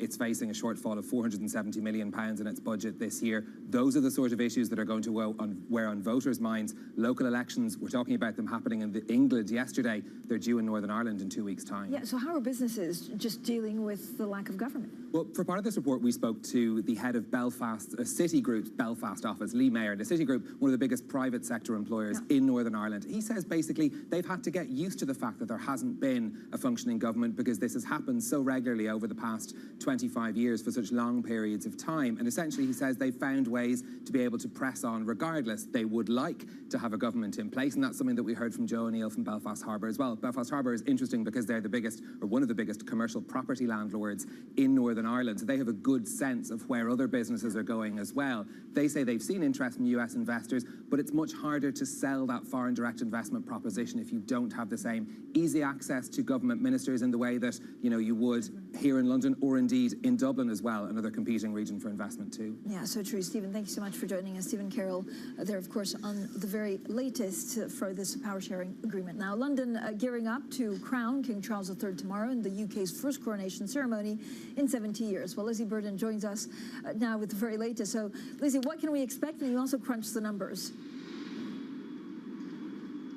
Yes, Francine, I hope you've got your champagne in the fridge because it's going to be a big bank holiday weekend here in the UK to celebrate the coronation. We're expecting a big procession from Buckingham Palace to Westminster Abbey. The King is going to be travelling in a 6-horse drawn carriage. A gold crown will be placed atop his head at the coronation ceremony. But for all the pomp and pageantry, I have to say it is a slimmed down version of the coronation last held in 1953, of course, for the King's late mother, Queen Elizabeth II. It'll be about half the guests, half the time, a quarter of the guests.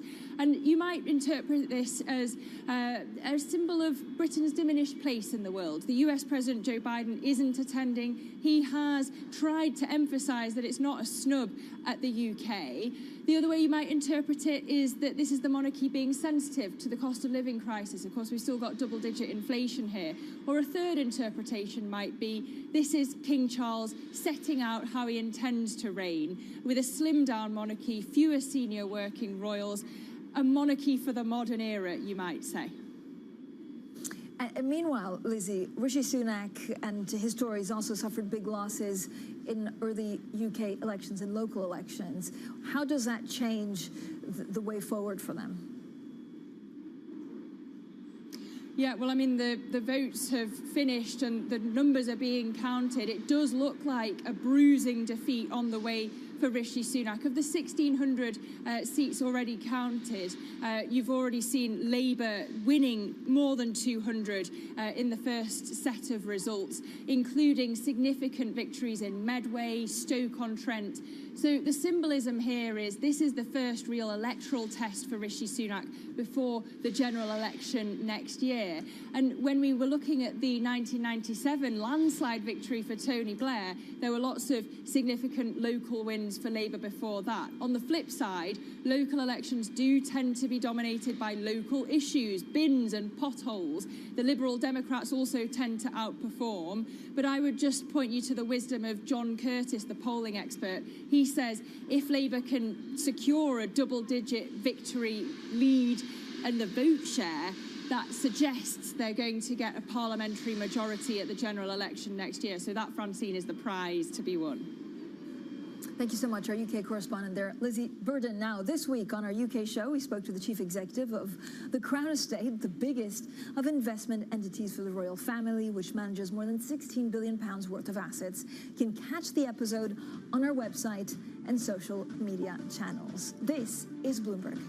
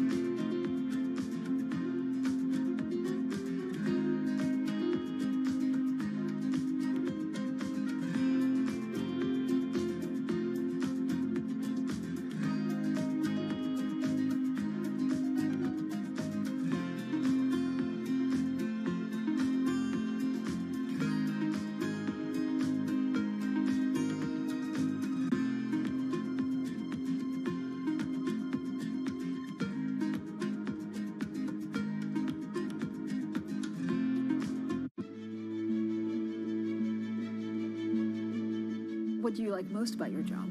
I think the people. I mean, ultimately, we're a people business. A lot of what my job is as CEO of the company is to give those people sort of motivation, to tell them where we're going, to encourage them to come up and do their best work, to encourage them to collaborate. Sometimes you sort of think you're almost a psychologist, as you are a business leader, I think, sometimes. And so what's your best piece of advice? I love pitches. I love being sort of leading from the front, if you like, and spending times with teams. I love to see the work that we're doing. When we pitch for a piece of new business, often when we come together. So I guess I try and put myself in the seat of the client. And what's the client going to think when they see this work? Are they going to be excited? Is it going to turn their brand around? How's it going to resonate with their consumers? So as much as possible, probably I try and play that role.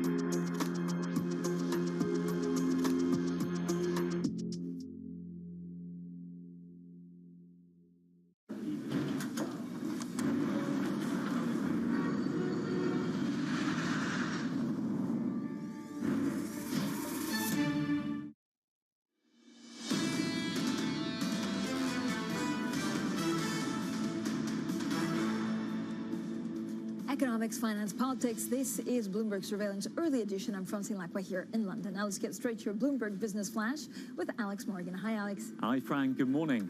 BMW is the latest car maker to extend its recall of vehicles with Takata airbags. It's telling owners of the 90,000 sedans and SUVs not to drive them until the defective equipment has been fixed. That recall covers older vehicles. In the US alone, Takata airbags have been blamed for at least 25 deaths. Bloomberg has learned that Microsoft is working with AMD on the chipmaker's expansion into processors for artificial intelligence. The companies are teaming up to offer an alternative to NVIDIA, which dominates the market for AI-capable chips. Now, that move reflects Microsoft's deepening involvement in the industry, with chip investment totaling $2 billion so far.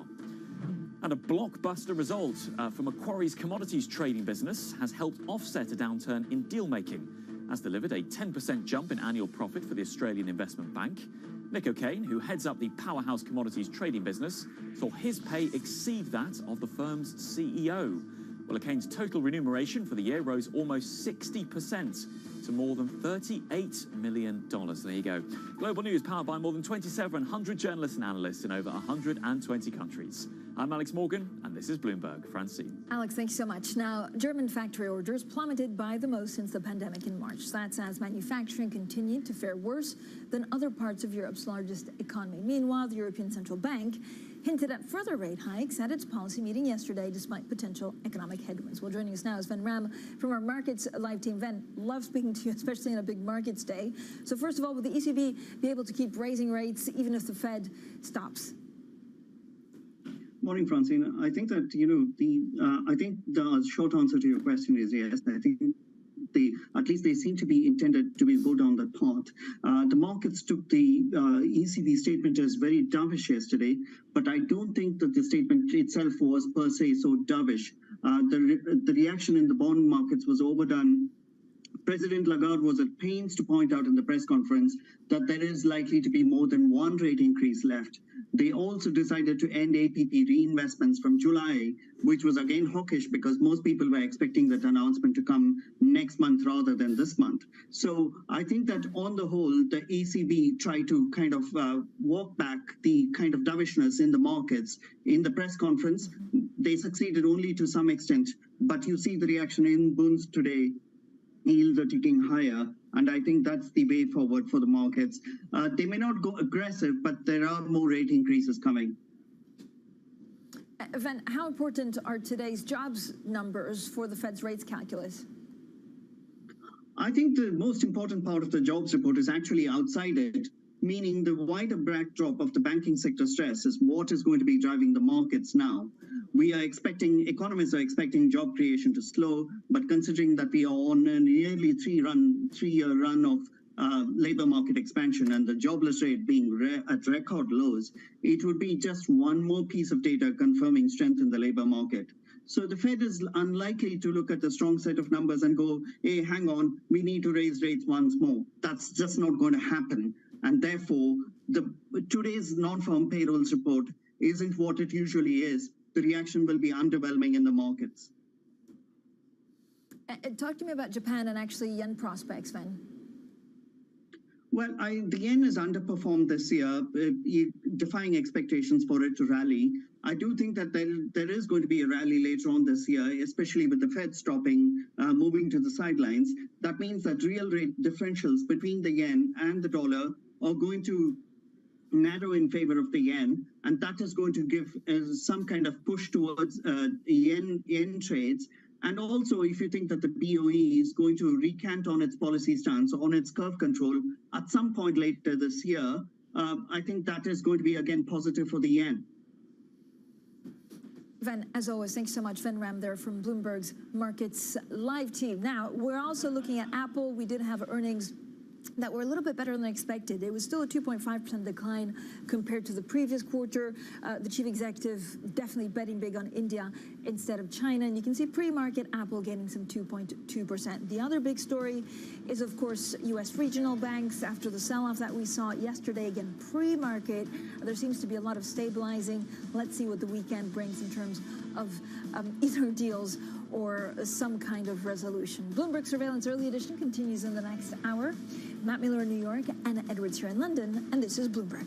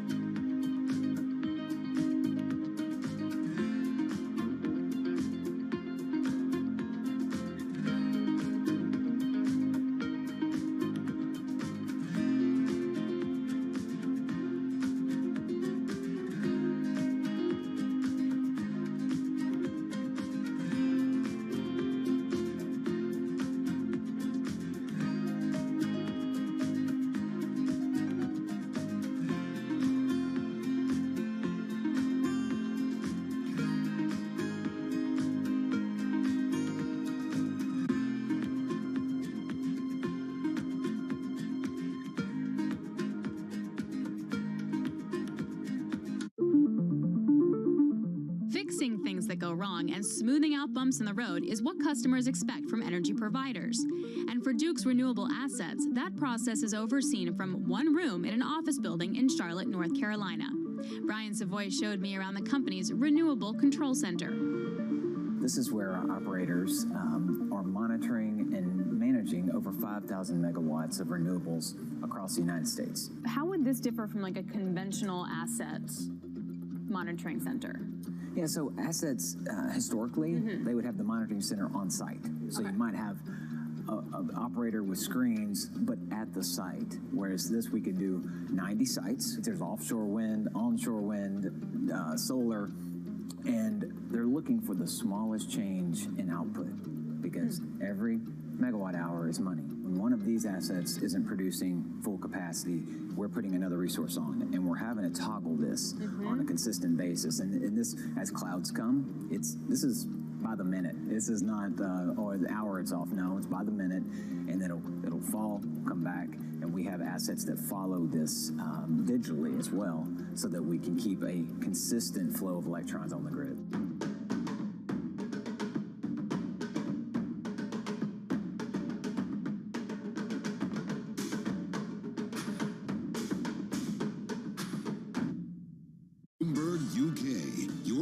For news and analysis covering the biggest challenges facing the UK government, economy, financial services and markets. Tax cuts should not be the priority. It's about a credible plan for growth over the next 2-3 years. In this post-Brexit world, how do you see actually servicing your clients? It was disruptive, and it's going to have implications to how capital raising works. Now we're having the perfect storm in the UK. Watch Francine Lacqua Thursdays at 9:30 a.m. only on Bloomberg, your global Business Authority. Markets countdown in Europe. From the financial centers of the world, Bloomberg Markets European Close with Guy Johnson in London and Alex Steele in New York. Real-time numbers, real-time analysis. Weekdays.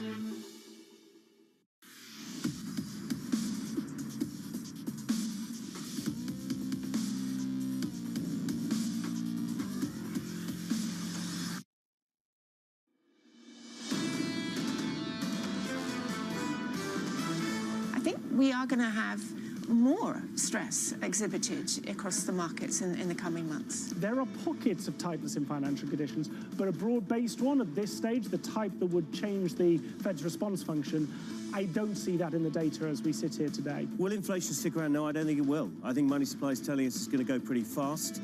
The recession is coming, and the bank problems haven't gone away. You're looking at a potential downturn in the economy relative to the strength everyone was looking for. Am I going to say it's going to be a deep or significant downturn at this particular juncture? I can't make that call. This is Bloomberg Surveillance, Early Edition, with Anna Edwards and Matt Miller. It's 10 a.m. in London, 5 a.m. in New York, and 5 p.m. in Hong Kong. Our top stories today.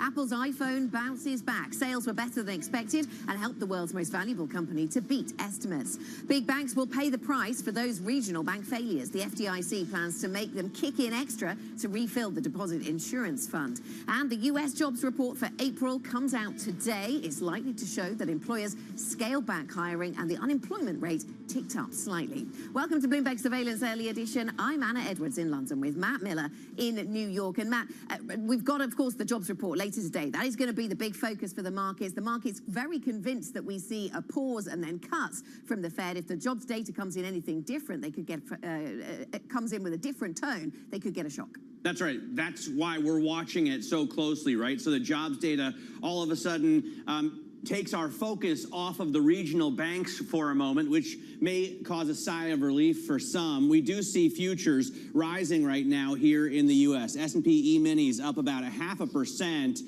after a close in turmoil yesterday, really, because we had a renewed drop for those regional banks. You didn't really see broader contagion across the indexes, but certainly renewed worry about what happens to those regional banks. A lot of people comparing what we're seeing now to 1933, which is when the Federal Deposit Insurance Corporation was actually formed. Take a look at the 10-year yield climbing just a little bit back towards 340. Remember, earlier this week we were at 355, then we dropped down to 330, so now we're coming back a little bit as investors feel comfortable enough to let go of some of that debt. NYMEX crude still holding under $70 a barrel, so 69.62 after we dropped on Wednesday evening down to a 63 handle. We've climbed steadily back up, but still far off of the $80 that OPEC Plus likely wants to see. Of course, that's for Brent, which is, I think, currently around $73, $74 a barrel. Bitcoin right now up another $188, still at 29,000 and change, which is exactly where we saw it at this time yesterday, but showing some relative strength even as the tech stocks to which it's so highly correlated don't. Take a look at what's going on or what happened overnight in the Asian trade. The MSCI Asian Pacific Index, the broader index across the region, up about 0.25%, whereas the Hang Seng did well in Hong Kong. The CSI down 0.5% on the mainland, and you do see the U.S. dollar a little bit weaker against the yen, but again, trading exactly where we saw it 24 hours ago. 134 yen is what you can buy for $1 US. Anna, what do you see in Europe ahead of this big jobs report? Yeah, ahead of the jobs report, we actually see some decent gains for Europe. The German DAX up by 0.7%, the CAC 40 up by 0.5%. So gains coming through across the European space. And as if to underline yet again the way that the European banking sector is not feeling that downdraft from the regional banking story in the US, the banking sector is actually one of the better performing sectors here in Europe today. Let's have a look at some of the other movers today that have pulled out the energy sector. Matt, you've talked about the slight rebound that we've seen in oil prices today, and that we started the week, of course, with much higher higher oil prices, dropped to $73 on Brent. Now we're around that kind of level. But that is boosting, that little rebound we have seen, boosting energy stocks here in Europe. So Europe energy names up by 1.9%, the best performing sector in Europe today. And here's the banking theme that I was mentioning, that sector up by 1.3%. IAG, the owner of British Airways and Iberia, the international aviation group, is up by 3% today. Their numbers beat estimates. They're increasing their guidance for what they can do this year. They actually managed to turn in a profit in the first quarter, even though analysts had expected there to be a loss. And it seems even without the front of the plane filling up with business travelers, there are enough leisure travelers who are willing to pay those prices. And so that's how the story's going there. Adidas is up by, I do that on purpose, by the way. Adidas is up by 8% this morning as this business clearly still has an issue with a big pile of Yeezy stuff that it can't now sell. They broke off their relations with the artists involved, so they can't sell that. So that's still an issue. But on the other hand, there's a lot of optimism around the new CEO who's come into the business, he with experience from Puma. And so a lot of focus there on what they can do in China and elsewhere, Matt. All right, we're going to continue to focus on the Adidas story. Just seeing headlines across from the CEO. No final decision on the Beyonce partnership. And it's just so interesting to see how much these partnerships with pop stars have played a role in the success or failure of Adidas stock on any given day. Let's get, though, to a company that is way bigger. In fact, one of the biggest in the world. Apple beat earnings estimates, signaling the iPhone is weathering an industry-wide downturn better than had been expected. On the earnings call, the CEO, Tim Cook, discussed India, Apple's new financial products, and, of course, artificial intelligence. I do think it's very important to be deliberate and thoughtful in how you approach these things. And there's a number of issues that need to be sorted. Joining us for more is Bloomberg's Alex Webb. So, Alex, we were looking for a downturn in terms of iPhone sales, really for every segment at Apple. How did they do? Yeah, it was a beat, quite a substantial one, given the expectations. The thing that actually sort of stands out, though, is if you look at what they were guiding, which was for a decline similar to what had happened in the previous quarter, that was about 5.5%. Then, of course, you saw analysts revise expectations in line with that. The actual decline was 2.5%. So, it's easy to say, oh, iPhone massively outperformed. Apple had done quite a good job of setting expectations. Nonetheless, iPhone sales did increase, and that's, as you say, at a time when generally smartphone sales aren't doing brilliantly. Good morning to you, Alex. And we did hear a lot about India. They talked about that on the call, as we've mentioned. Why is Apple so keen to talk up the prospects of India? Is this as a source of demand for them or a source of product, manufacturing, supply, or both? I mean, both. Ultimately, they need to show they're diversifying supply away from China, given some of the problems there. It's happening very slowly, given the way they're so deeply embedded. But also, they need to show a new leg of growth to investors. The struggle is going to be, is it going to come from products? Well, we suspect there's going to be some sort of virtual reality headset coming later this year. That is going to be very, very small volumes to begin with. If it's not product, therefore, it's going to be new markets. And China was a huge leg of growth for the best part of a decade. 15 years ago, when it opened its first store in China, it had less than $1 billion in sales. It's just opened its first store in India. It has about $6 billion worth of sales. So it's at a further ahead. Nonetheless, that $6 billion is less than 2% of its total revenue. So it's coming from still, in relative terms, a low base.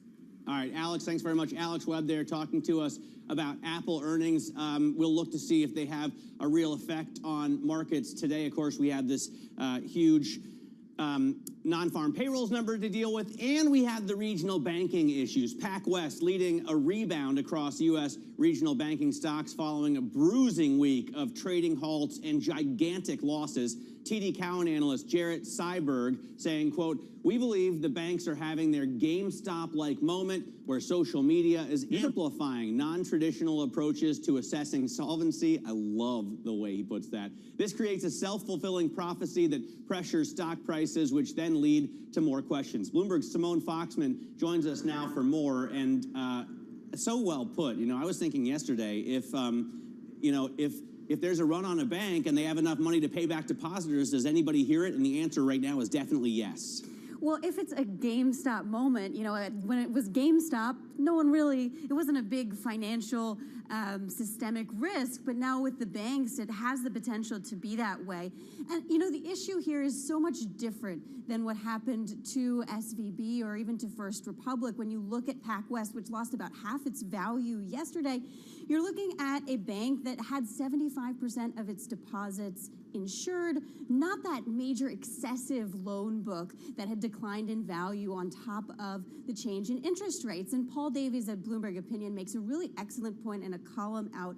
He says, you know, PacWest is experiencing some of these weaker margins brought on by higher costs for deposits, and some of that has to do with interest rates. That leads to falling shares. But when you're in this environment of so much instability, falling shares beget falling shares, and that's spooking consumers, forcing them out into this GameStop moment. And then the question becomes, what's needed to kind of end some of this risk? And it, of course, so much more important when it's banking rather than, you know, video game operator. Yeah, and so we go from this period of worrying about bank runs and treasury holdings in banks, Simone, to worrying about the underlying business models and just how profitable they are not right now. And then let's go to the FDIC part of this, because we also understand overnight that the FDIC is planning on asking big banks to pay up, to put more money into the insurance fund. Tell us the latest on what we know here. Yeah, well, the FDIC believes that this overall banking issue is likely to cost some $18 billion. This would become as a special assessment, really targeting those lenders with more than $50 billion of assets. Those with $10 billion of assets or less likely wouldn't have to pay into this special assessment at all, and banks with up to $50 billion in assets might be able to get out of this. We understand that this plan is likely to be introduced next week, but of course all of this taking place on the backdrop of potential changes to the way FDIC does its overall insurance. One of those ideas is some sort of targeted coverage with bigger coverage for business accounts over that $250,000 limit. We could see the U.S. potentially move to back all deposits, at least on a temporary basis, or no change at all. Those are things that are being considered as well. The targeted coverage approach might take Congress to come in. That's something that's likely to play out, not necessarily immediately, but over the coming weeks and months. Well, of course, as for now, they do back all deposits on a temporary basis without congressional help. Simone, thanks so much. Simone Foxman there covering that issue for us. Now, let's turn our attention back to the jobs report. Non-farm payrolls comes out at 8:30 a.m., of course, on Wall Street. Bloomberg's Valerie Teitel joins us for a preview. So, Valerie, what are the numbers that we're looking for today? The number today is 185K, Matt. If we come above consensus today, that takes it to a 13-month streak that payrolls have become above consensus. Just astounding when you think about it. Many people calling for this labor market to turn quickly and to turn soon, but it just hadn't. If you take all of these numbers into consideration, it is not reflective of even a labor market heading towards neutral. Powell just 2 days ago described the labor market still as extraordinarily tight. We will not see any moderation in average hourly earnings on a month-on-month or a year-on-year basis either if we hit these numbers on consensus. Just when will this labor market start to reflect some weakness is the question on everyone's minds. Okay, Valerie, and that's a focus, of course, that, when it comes to the jobs report. How markets are positioned for this report is really going to be interesting. The market, as we said earlier, so convinced that the Fed now pauses for a period, maybe not all that long, and then cuts. If we get a hot print today in terms of that labor market story, that could really shock that narrative. Look, Anna, I think it's going to take more than just one hot print in order to get the market to start pricing a 5.5 Fed funds, maybe another hike in June, maybe a hot labor market print added to that, maybe a hot CPI print next week. Maybe that'll jolt the markets. Right now, we are pricing in aggressive Fed cuts out in the next 12 months. The market is pricing 200 basis points of Fed cuts. That is a quick reversion back to neutral. But while we're on the topic of the Fed, I want to talk about their own unemployment forecast.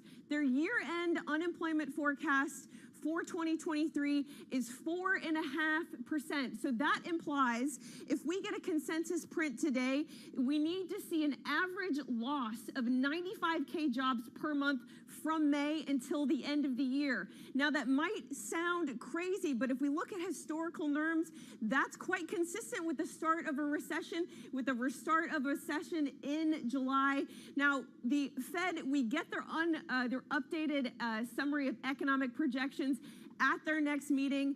A really strong labor market, a continuing strong labor market will really start to push these numbers into question. All right, Valerie, thanks very much. Bloomberg's Valerie Teitel there previewing the non-farm payrolls number for us. Let's take a look at some of the stocks that are moving in the pre-market this morning. First of all, Carvana surging 36% after the debt-ridden automobile retailer said it expects to report a positive operating profit in this current quarter. EBITDA, which was negative $24 million in the first quarter, which is the reporting quarter, is expected to rise above the zero line in Q2. And the Q1 figures that they reported were also better than analyst estimates. So massive jump in a stock that I think a lot of people have been betting against. Also, DraftKings, which is, of course, the online sports book, posted first quarter sales that beat analyst estimates and raised its guidance for the full year. That sent the stock higher by more than 11% in the pre-market this morning. Coinbase is another one that posted better than expected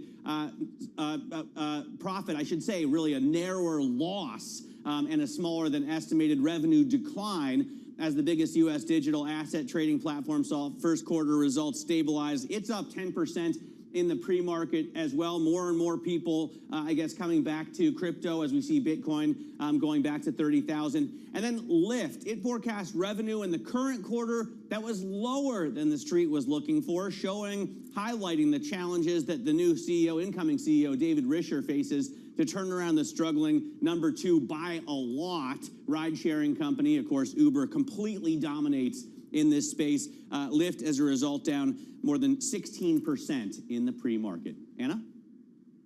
Coming up on the program then, Matt, we'll get back to the markets shortly. We'll get into a conversation with Gordon Shannon, portfolio manager at 24 Asset Management. We'll talk regional banks in the US, get you ready for payrolls, and no pause at the ECB. We'll throw that into the mix as well. This is Bloomberg.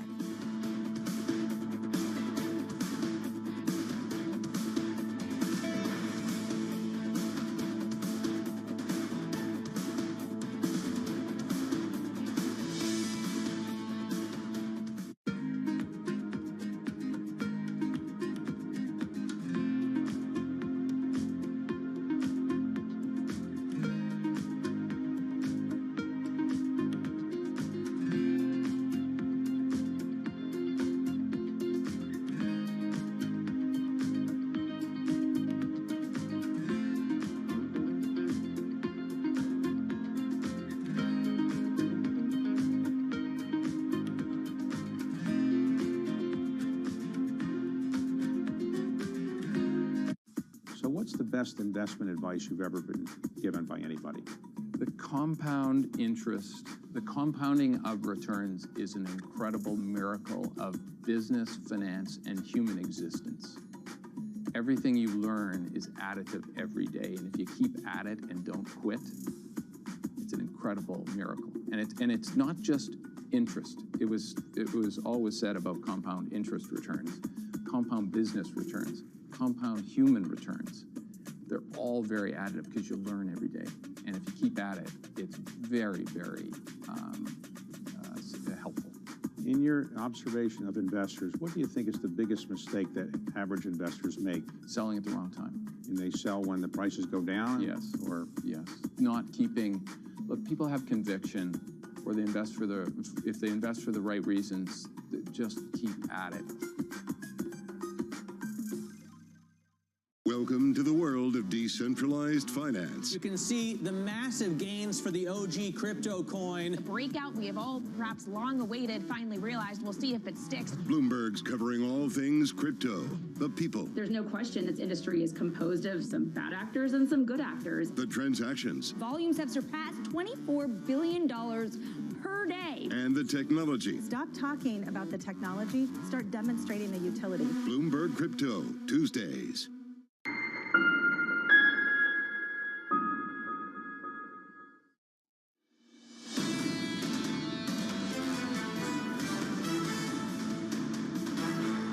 welcome back to Bloomberg Surveillance, the incredibly early edition. I'm Matt Miller here in New York with Anna Edwards out in London. Now, we are looking forward to a debt ceiling debate that could really move prices in Treasury, specifically T-bills that are maturing around what's being called the X date. We heard Janet Yellen say that could be as early as the beginning of June. As a result, if you look at this sort of spaghetti salad of a chart, you can see different maturities. So June 1st, July 27th, June 20th, June 6th, May 25th. And the question is, does this tell us when the X date is? So you can see that investors have sold off one in particular, the yield rising to 5.408. That's the T-bill maturing June 6th. So maybe that's when it's coming. Joining us to talk more about this is Bloomberg Markets Live editor Noor Al-Ali. So Noor, what do we think about this debt ceiling debate? I mean, it's really been pushed back by the Fed decision and regional banks and all the other worries that we have before then. But eventually it's gonna be a problem that we need to deal with, right? Absolutely, and you can see that actually in the latest leg of the yield curve inversions, particularly the 3-month T-bills, apologies, against the 10-year, you'll see that that's actually been driven by investor anxiety or concern over what Powell described as uncharted territory. Those fears about the U.S. defaulting is something that we've not really seen before, and it will have an incredible impact on pretty much everything and wide ramifications from the economy to financial assets. And that chart that you mentioned here really does show you that tension within the Treasury market itself.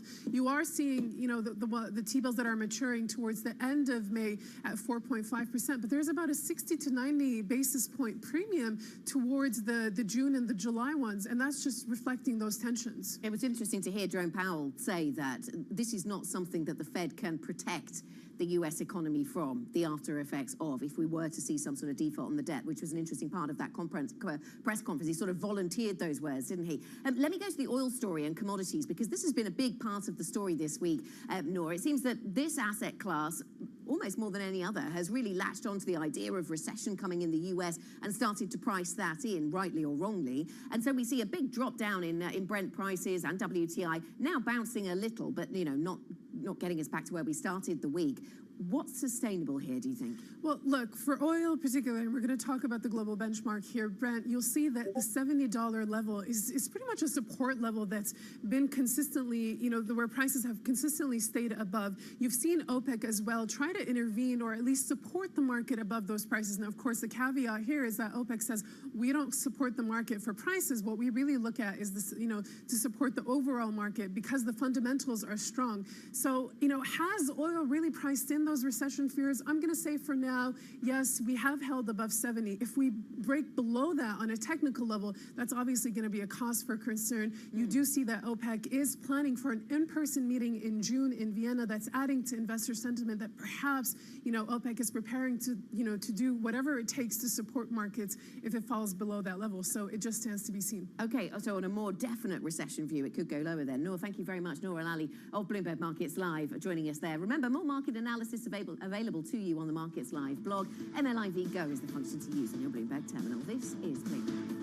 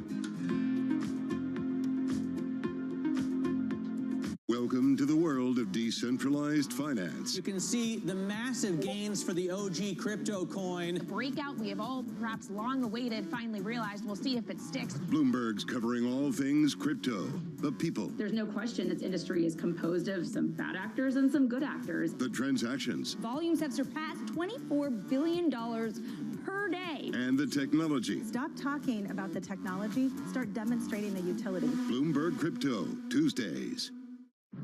For the first, call it 18 years at Chipotle, this was you come into Chipotle along the line, you interact with the crew, and you customize your meal. We've got this separate make line, and it's digitized, and so the orders come in, and they're really kind of staged so that if you say at noon, I want to come in at 1 o'clock, we hold that order, and we will send it to the crew like maybe 10 to 1, Right. so it's ready right when you pull up your car.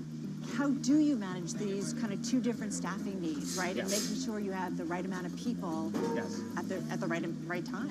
We spend a lot of time projecting sales.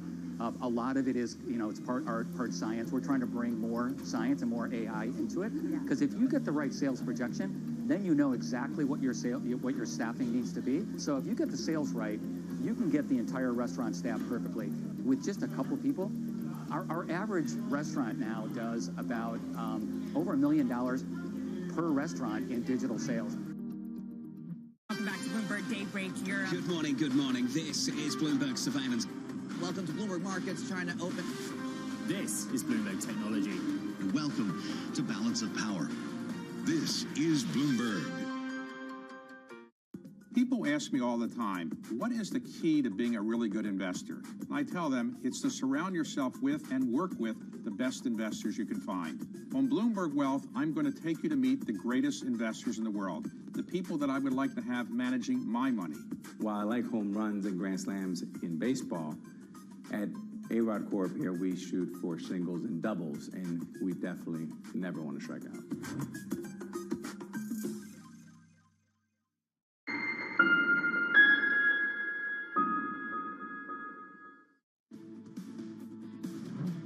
Now keeping you up to date with news from around the world, here's the first word. President Biden reportedly will name the Air Force's top general to become the chairman of the Joint Chiefs of Staff. That's according to the New York Times. General Charles Brown, the Air Force Chief of Staff, would become only the second black man to serve as chairman. Colin Powell was chairman under President Clinton and also under President George H.W. Bush.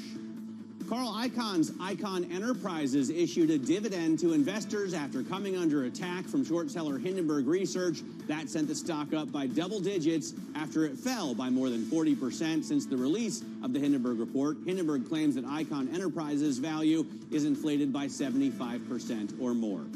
Coming up, Gordon Shannon, portfolio manager at 24 Asset Management, joins us to talk about the jobs number and the banking issues. This is Bloomberg.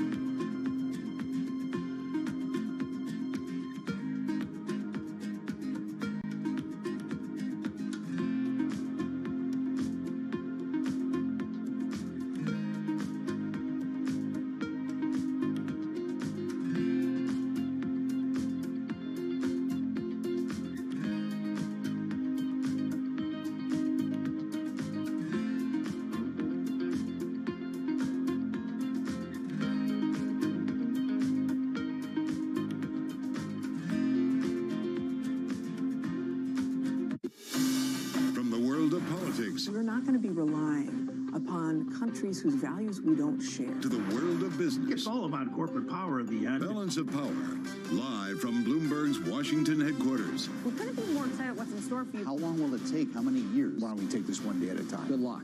Everybody has a perspective. Every weekday at 5 p.m. Eastern Time. Join hosts Anne-Marie Hordern. It's the one area, really, of bipartisanship. I think we're getting more of it. That's optimistic. And Joe Matthew. The debt ceiling is looming. How close are we going to get to the line before you start to worry? Alongside Kaylee Limes. The door was open for regulators to do more, and that puts the Fed between a rock and a hard place. As they deliver news. This is such an important economic issue. He's no longer trying to run away from that really blew some minds. Insight. We can both invest in law enforcement and also make sure that communities feel safe in their own skin. And analysis. I think your audience will get this more than most. This is not the Republican Party that you know. It allows him to do what he did so successfully in 2020, which is run against crazy. From and about politics' biggest power players. This was the zombie case, and it's now more than well alive. That's for sure, with two more potentially to come. I'm willing to have this battle. It is vitally important. This is the intersection of Washington and Wall Street. Bringing people directly to the decision makers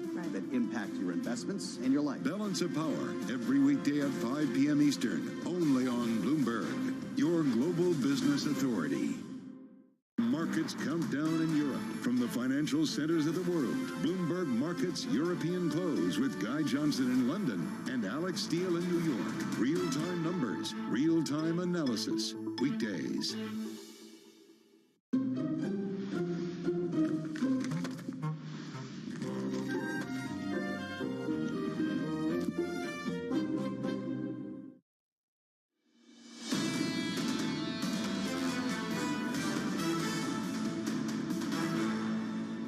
This is Bloomberg Surveillance Early Edition. Here's what you need to know. Apple's iPhone bounces back. Sales were better than expected and helped the world's most valuable company to beat estimates. Big banks will pay the price for those regional bank failures. The FDIC plans to make them kick in extra to refill the deposit insurance fund. And the US jobs report for April comes out today. It's likely to show that employers scale back hiring and the unemployment rate ticked up slightly.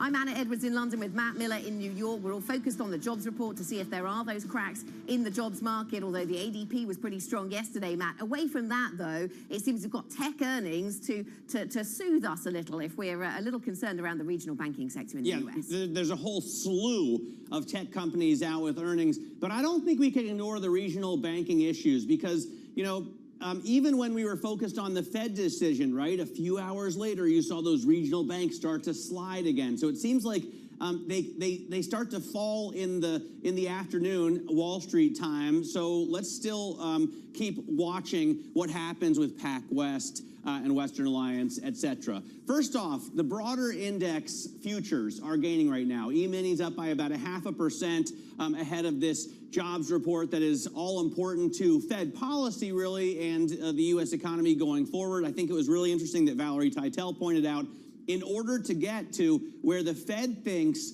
unemployment is going to hit at the end of the year, we need to lose 95,000 jobs a month, and it doesn't look like that's happening anytime soon. The 10-year yield right now rising a couple of basis points back towards 340, so investors feel comfortable enough to let go of that debt.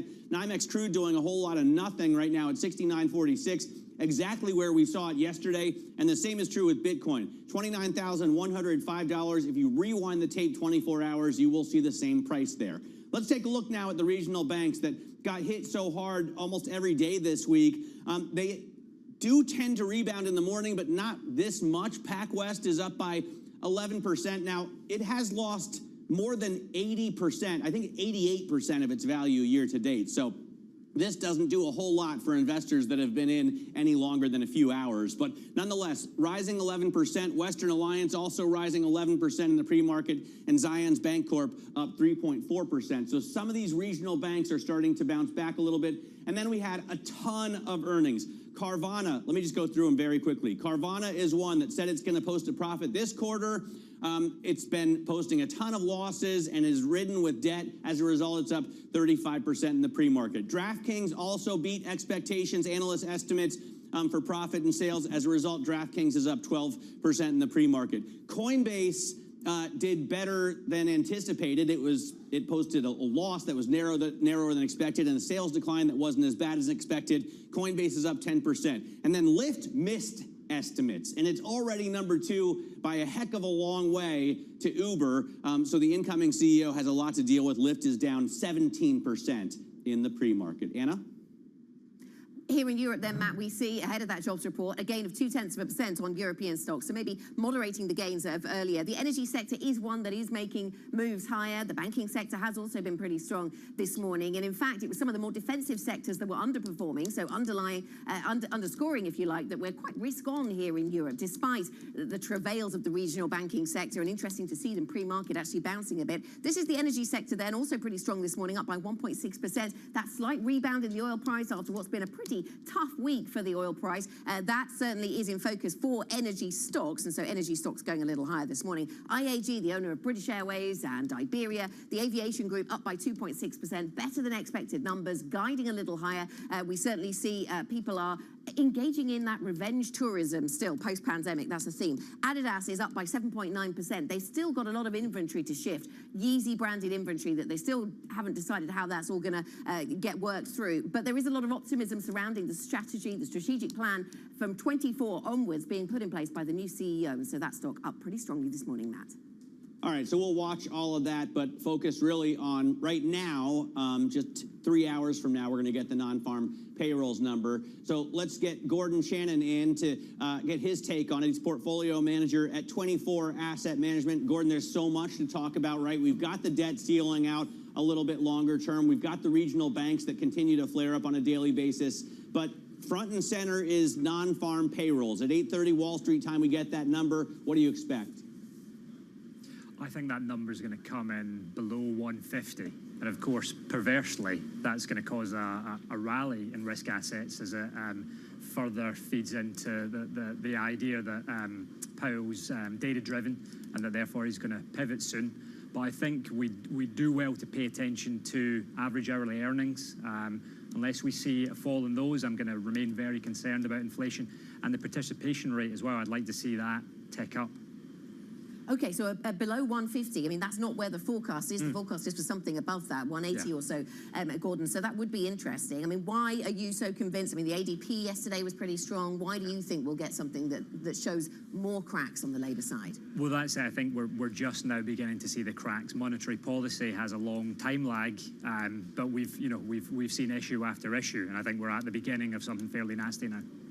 Okay, and where will that, so you say that will cause a rally in risk assets, but we should be mindful of what the wages line and the participation side of things also say. How do we square that with, or how do we think about the regional banking story and how that plays into this narrative? Because, of course, some people are saying the only thing that puts a firebreak around the regional bank story is actually a pivot to cutting from the Fed. That could still be months off. So how do you view the banks? Yeah, I mean, I think they're a really serious issue here. Those banks do 50% of the lending, the commercial lending in the US. They own 80% of the commercial mortgages. So, while each of the crises that we've seen so far has been relatively localized, I think these have the potential to be systemic. And when we look at European banks, while those look sound and the regulation behind them is far stronger, I think the analogy here is the way that ABS behaved in Europe and the US through the financial crisis. So in the US, we had defaults, up and down structures, whereas in Europe, if these things were held to maturity, crucially held to maturity, single basis point losses in terms of defaults, but along the way, very severe price dislocations. So there's still potential for severe contagion there. So does that mean it's too early to go in and try and maybe catch falling knives to some extent? When I talked to Herman Chan, who's our regional banks analyst here, he says, PacWest and Western Alliance, these banks have enough money, even if everyone decided to empty his or her bank account, they would be able to give those depositors their funds. So it's really just a crisis of confidence, in which case you may want to buy these assets while they're cheap. I think the trouble is that it's going to be the larger banks that get to buy them when they're cheap. I don't think equity holders are going to be the ones that win out here. And while there might be the money to cover depositors, what you've got to look at is the quality of the assets, the number of assets that are there under held to maturity and thus aren't being marked to market. I really worry about the commercial real estate holdings, and these are buildings that just can't be refinanced at current rates.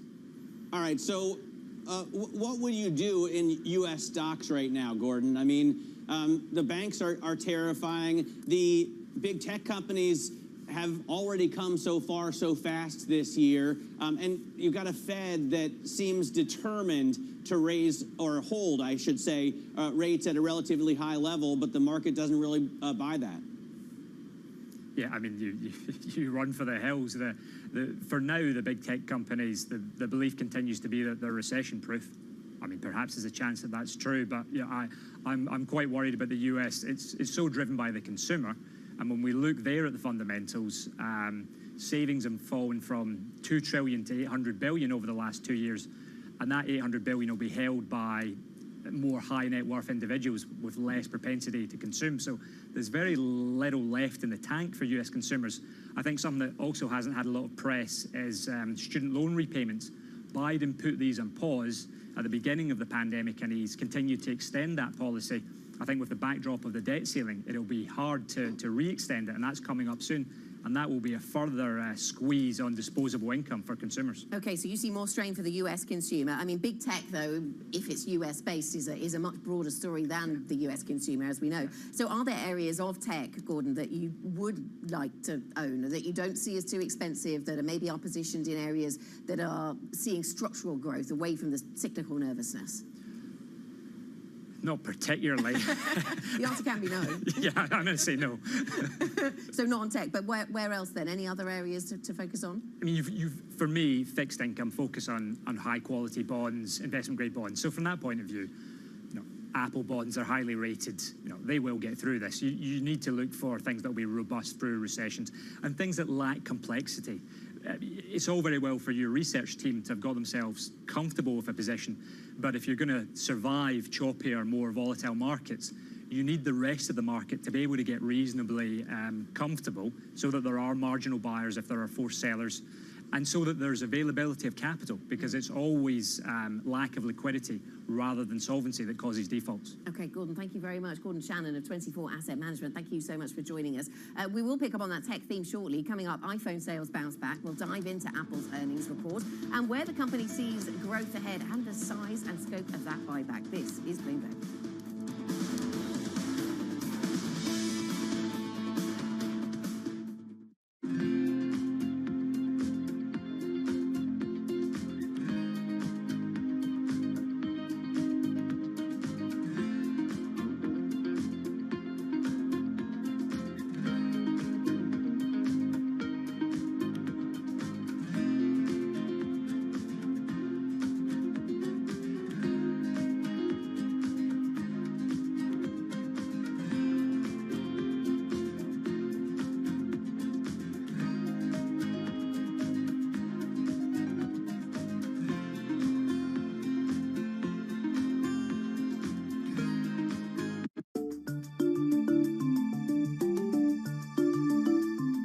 Big ideas, we show the productivity increases that are possible because of artificial intelligence. It's these companies who could be some of the biggest beneficiaries if they harness AI correctly.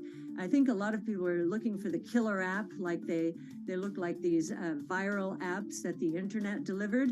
The killer app for artificial intelligence is productivity gains, and any company does not harness it is probably not going to be one of the big winners out there. And just one other thing on AI. The real winners here are going to be those companies that have proprietary data and have lots of it, have the best domain expertise, best AI expertise, the best pools of high quality data to basically create new businesses. Lots happening on Wall Street. I'm quite encouraged. The center is holding. Need to catch up? This is Bloomberg Wall Street Week. I'm David Weston. We've got the information and insights. A lot of these areas still have very, very good valuations. From businesses most influential and instrumental. It's knocking it out of the ballpark. Now's not a great time to be speculative. It's time for a pivot. We're talking about a significant hit to our standard of living. Bloomberg Wall Street Week, live tonight, with replays all weekend on Bloomberg Television and Radio.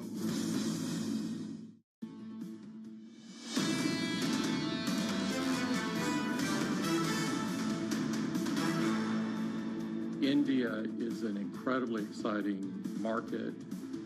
It's a major focus for us. I was just there And the dynamism in the market, the vibrancy is unbelievable. There are a lot of people coming into the middle class, and I really feel that India is at a tipping point.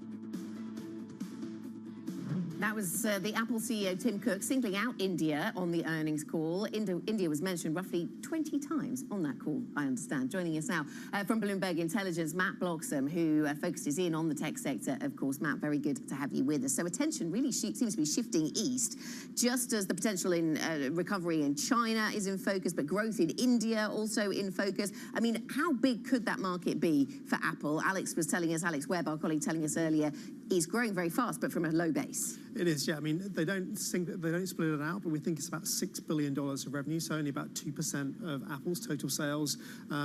Bloomberg Intelligence analysis suggests it could grow fivefold over the next decade to around 30 billion. So quite a significant growth. And I guess, obviously, with the question marks about China recovery and the role of kind of US businesses in China, there's less certainty about whether China's going to continue to be a growth engine for Apple. So yeah, becoming a bigger player in India, I think, is really important to make people feel comfortable that there's still a growth ramp for them with the iPhone in particular. Well, speaking of the iPhone, it's a common question every quarter, Matt. Is it all about the iPhone for Apple? I know they've tried to break out with other products, with the watch and with the iPad, but Mac sales, I just can never believe they don't gain a lot of market share with these computers. How are Mac sales doing, especially during the PC decline? Yeah, I mean, Mac sales not doing great. I think it's kind of reflecting that broader malaise in the PC market. It's about 10% of sales, and they were down over 30% year on year in the quarter. So real big drag on growth. I think what's going to be interesting, looking forward to the Worldwide Developer Conference on June 5th, where we might see some new product launches, a new bigger MacBook Air.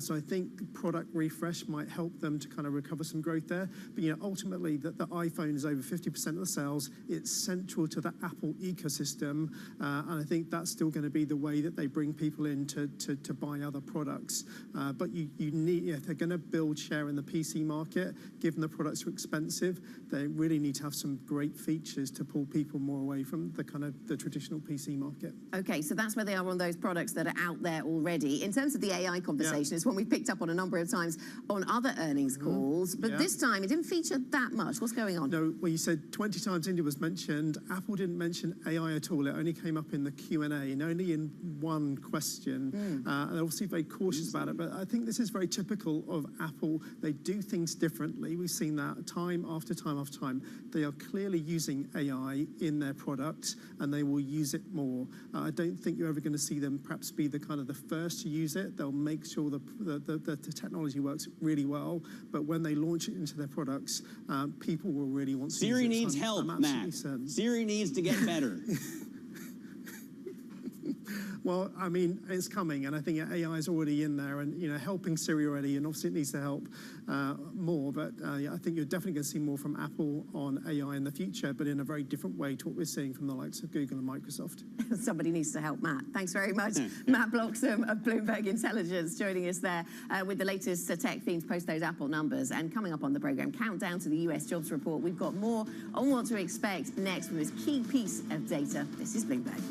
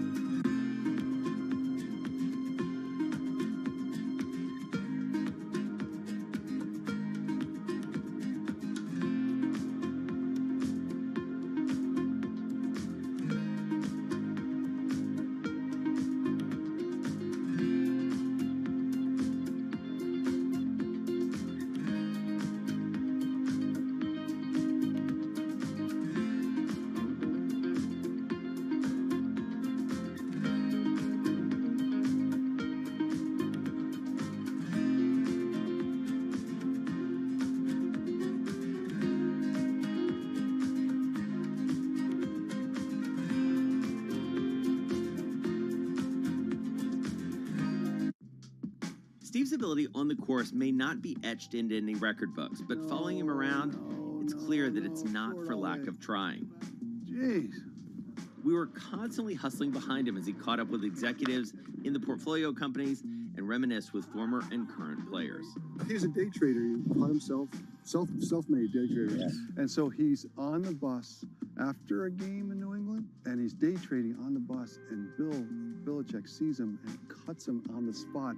You know, in many ways, it's a convention, right, of the people that I don't see maybe once a year. And so it's kind of all come together. My firm, our charity, fundraising efforts, and then the friends that are around. My dad and my brother, it all happens right there as a confluence of all these parts of my life that have found its common center.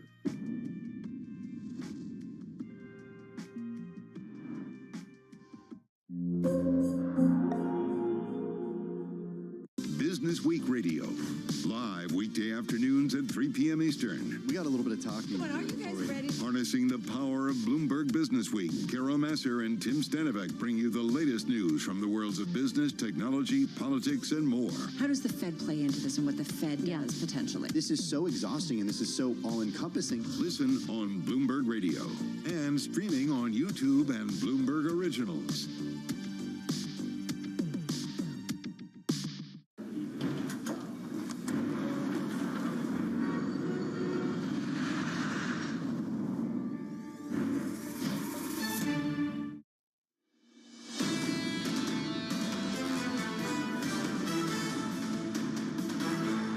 This is Bloomberg Surveillance Early Edition. I'm Matt Miller in New York with Anna Edwards in London. Now, investors are counting down to the U.S. jobs report due out at 8:30 a.m. Wall Street time. April's report is expected to show that employers added 185,000 jobs and that the unemployment rate ticked up to 3.6%. Michael McKee, Bloomberg International Economics and Policy Correspondent, joins us now from Washington, D.C. So, Michael, how key is this report for the Fed? Well, for the Fed and its June meeting, not so much because there's another payrolls report, but it could mean a lot to the markets today, Matt, because there is a feeling in the markets. You've seen the WIRP function on the Bloomberg Fed Funds Futures trading a Fed rate cut by July. I'm told that's hedging because people are concerned about the banking system. And while the Fed isn't as concerned, at this point you're looking at a number that's roughly double what the Fed thinks we need in terms of employment per month to absorb new workers. So if we get a weak report, then that might feed into the narrative that the Fed could cut rates sooner. So you want to keep an eye on that. If we get a strong report, it's going to complicate those who think that we're going to have a very quick turnaround. Yeah, and what are we watching in the debt in the yield curve then, Mike, right now with the stress in the banking sector, the debt ceiling? It's getting perhaps a little difficult to read the signals, but what do we see in the yield curve that helps us understand where the Fed goes next? Well, the hard part, Anna, is that there are different yield curves, and the 3-month 10-year, which a lot of people are looking at, John Author's talking about it in his column today, is the most inverted ever.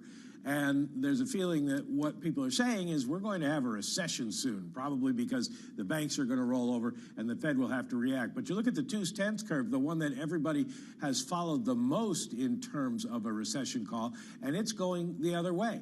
So it's kind of mixed messages at this point, and the Fed looks at those and says, well, we're going to stay where we plan to go. Mike, how many more U.S. banks need to collapse before the Fed actually does something about it, other than, watch and comment? Well, the problem, Matt, is that the Fed can't really do anything about it except lend money, and they're doing that. But interestingly enough, the number of discount window borrowings and bank term loan funding program borrowings went down last month. Discount window almost disappeared. That's because most of that lending, it turned out, went to First Republic, and that money moved into different categories now since they're not borrowing from the Fed. They just have to pay it back from what's left of the bank. And so you see this dramatic fall off, and that may be why we're seeing a bit of a turnaround in the regional banks today, because if they were in so much trouble, they might be borrowing more, but they're not. So at this point, the Fed will keep lending, but there isn't much else they can do. This is an FDIC and Congress situation. If it continues, if the shorts decide they've had enough of these banks, then maybe we get out from under. Okay, Mike, thanks very much. Bloomberg's Michael McKee joining us there with the latest on the banking sector and how that all feeds in, along with the jobs report, into the latest thinking around the Fed. Now on to something completely different. London is gearing up to crown King Charles III tomorrow in the UK's first coronation ceremony in 70 years. Lizzie Burden joins us now. Lizzie, I hear it rained back in the 1950s, and it looks as if it might rain again tomorrow. What else can we expect? Oh, Anna, let's hope that it doesn't. It's going to be a big bank holiday weekend for the coronation. Not the best thing for the economy. Bloomberg Economics says that it'll knock £2 billion off, but lots of pomp and pageantry to enjoy. So you're going to have a big procession from Westminster Abbey, from Buckingham Palace to Westminster Abbey. There, King Charles III will have a gold crown put upon his head. And it's a slimmed-down affair, I have to say, since 1953, when Queen Elizabeth II was crowned.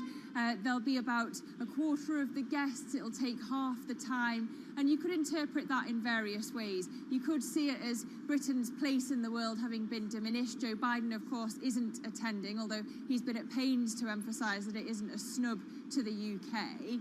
You could see it as the monarchy trying to be a bit sensitive to the cost of living crisis. Of course, we've still got double-digit inflation here. Or perhaps you could interpret it as King Charles III starting his reign as he intends to continue it, with a slimmed-down version, fewer roles for senior royals, a monarchy for the modern age, perhaps. All right, very interesting stuff. We'll continue to I guess, follow this. There's not going to be a surveillance live coverage of this event. I'm pretty shocked that Tom Keene isn't headed to London. What about you, Liz? Are you working tomorrow? No, I'll be getting the bunting out, the scones, the jam, and the champagne, Matt. All right, well, we hope you have a fantastic time. Our UK correspondent, Lizzie Burden, there, talking about this coronation, which to me seems like a gigantic deal, Anna. You're getting, I mean, you have a new king. He's going to sit on the oldest piece of furniture still in use today. I think King Edward I's chair from 1200 to get this crown put on his head. And I guess he gets a scepter and an orb and all this cool stuff. Aren't you excited? Right, yeah. Well, there'll be a lot of people celebrating. It'll be a national event, something to enjoy and participate in if you want to. Some people will be protesting, of course, as well. But a lot of people will just be hoping to enjoy a long weekend. But interesting point that Lizzie made about the geopolitics, because that has also been a feature of the conversation building up towards this. The way that certain people are coming and certain people are not. But Matt, I think it's time that we reflect on something that is changing on this show. Early Edition is not going to be hosted by me and you from next week. You are going elsewhere. That's right. I am no longer going to wake up at 2 in the morning to come in and anchor a 5 a.m. show. I'm shifting my duties to the afternoon, which I'm excited about, but I will miss you dearly. I will miss Sarah Mazzulli. I will miss Matt MacArthur. I will miss Caitlin Hovelman, all of who have done a fantastic job producing this show, and I'm sure you'll be happy with Kriti Gupta in my place. She's going to do an excellent job. Well, I very much look forward to working with Kriti. That will be excellent, but it has been a gloriously unpredictable ride to co-anchor with you, Matt Miller, so I thank you very much for that. That is it for Early Edition. Surveillance is up next with Tom, John and Lisa. They'll keep you focused, of course, on the jobs data. This is Big Bag.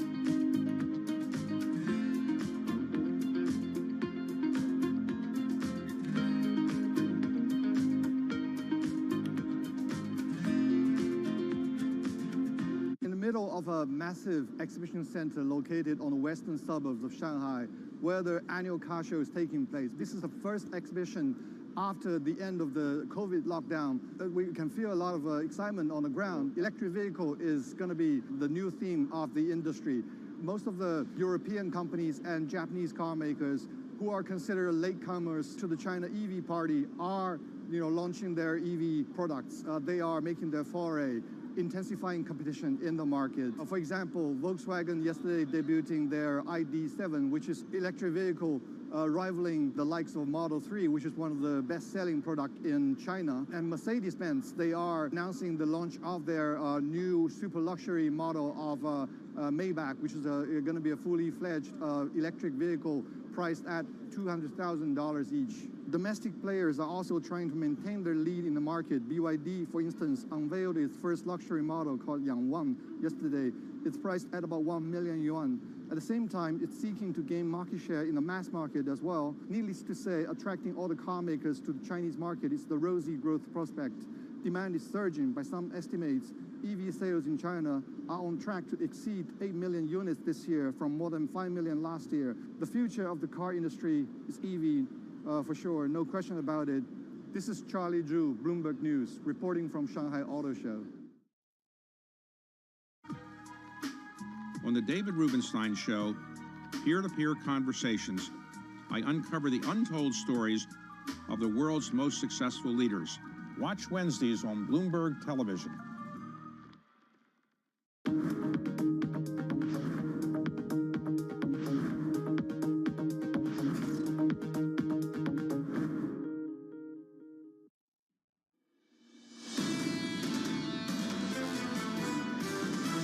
The stars are also realigning here with the interest rates, with the banks, with the debt ceiling. The Fed is dealing not just with a domestic inflation problem, this is global. You're looking at a potential downturn in the economy relative to the strength everyone was looking for. This is just another expression of financial cracks appearing in response to the fastest rate hike cycle since the 80s. We have to ask the question, are these central bank inflation targets too high?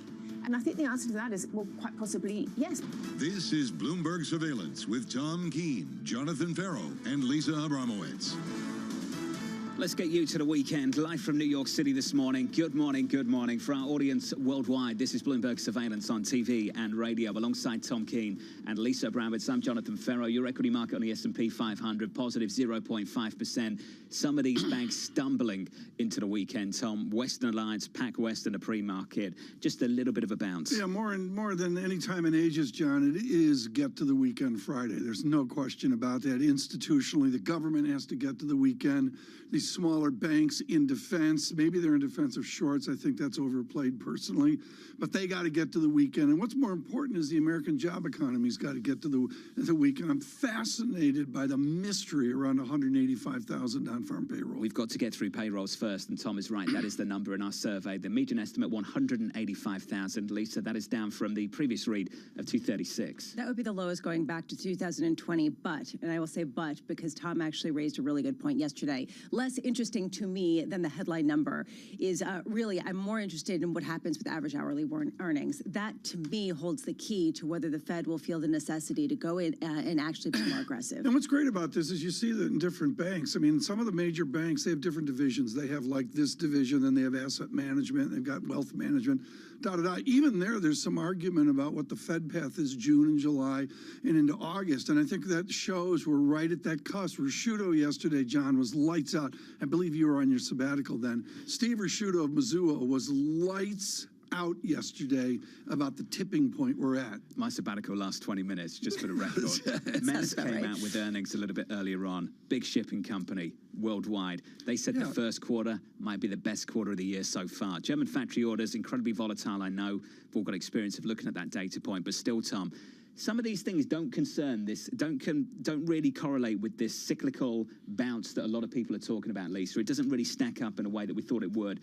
post the new year, looking at China reopening and waiting for this bounce in global growth? This is the reason why it's so difficult to get through a week these days, because you're whipsawed by narratives, and the reality is it's a muddle. It's basically a push and a pull. On one hand, you have oil prices, you have shipping, you have this consideration of a slowdown in the global economy. On the other hand, you have what otherwise looks resilient, which is a labor market and consumers that just keep on spending because that's what Americans do. Equities up by 0.5%. We'll get to Apple and whether consumers are spending in just a moment. The broader market looks like this, and the bond market yields just a little bit higher by a couple of basis points, 340 on a 10-year. I feel like you rehearsed that, Bramo. No, Looking at Apple in the pre-market, topping estimates. Another, $90 billion in buybacks. TK, that stock is up by 2.4%. You take $90 billion, you divide it by the diluted shares outstanding, and it comes out to a very ample ratio.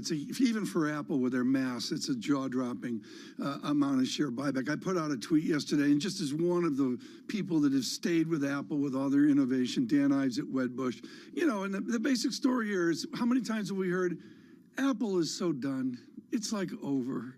And it's just, no, it's not. If you compare the numbers to the estimates, beats. If you compare the numbers over the last year, there's a lot of declining numbers there, Lisa, that we need to pay attention to. And a lot of reliance on the iPhone. Let's be honest. Oh, yeah, the dominance of the iPhone sales is really what's carrying them. It's not the Mac. It's not necessarily services, which is not gaining. So that's really an issue. I went through the 3 accounting statements and the rest of it. And, John, what I'd notice is everybody wants the fancy phone. Where is it? It's over here somewhere. They want this thing. They want this thing, and they're up near $1,000 per iPhone. That's ridiculous. All right, so we're going to talk about the iPhone and why you can pay for it. U.S. payrolls report coming out for the month of April, coming out at 8:30 a.m. Headline number, as you were saying, 185,000, John. And this is going to be probably the lowest going back to the depths of the pandemic. However, average hourly earnings are supposed to stay around 4.2% year-over-year increase, still too hot for the Fed's liking. Today, Fed Speak includes St. Louis Fed President Jim Bullard at 12:45 p.m. Eastern, Fed Governor Lisa Cook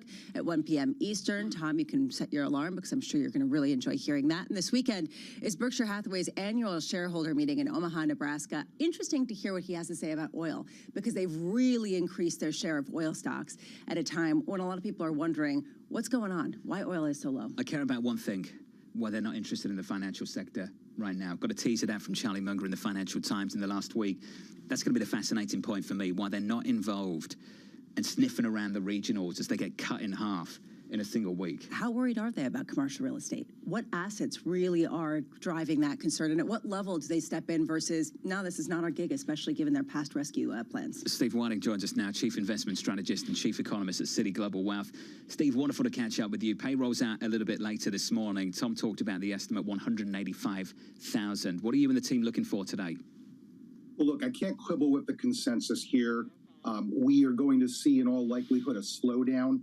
If we take a look at what has happened with unemployment insurance claims, it suggests that not much has changed.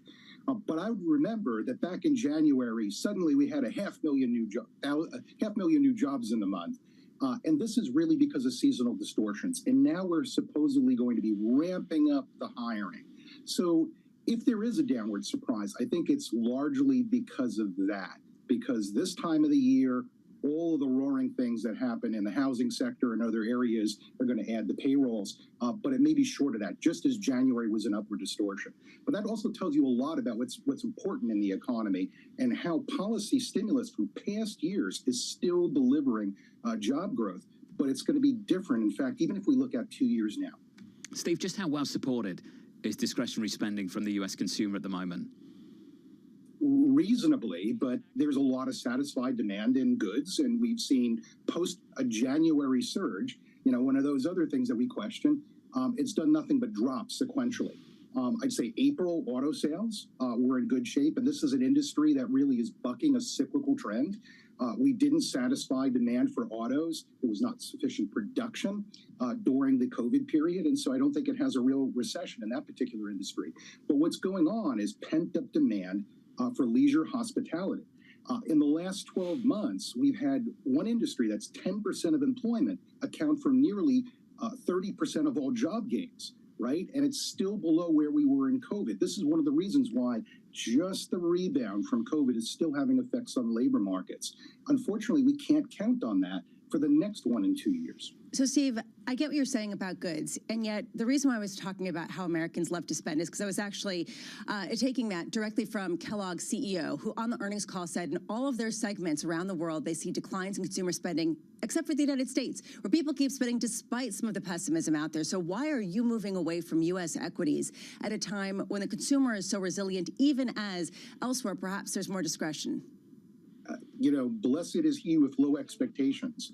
We have the world trading at less than 12 times expected earnings, the U.S. trading at over 19 times expected earnings this year, with probably downside risk across the world. So we've seen the U.S. dollar have a decade of gains through 2022. You can see that the U.S. has the most cyclical labor market in the world and the most cyclical monetary policy.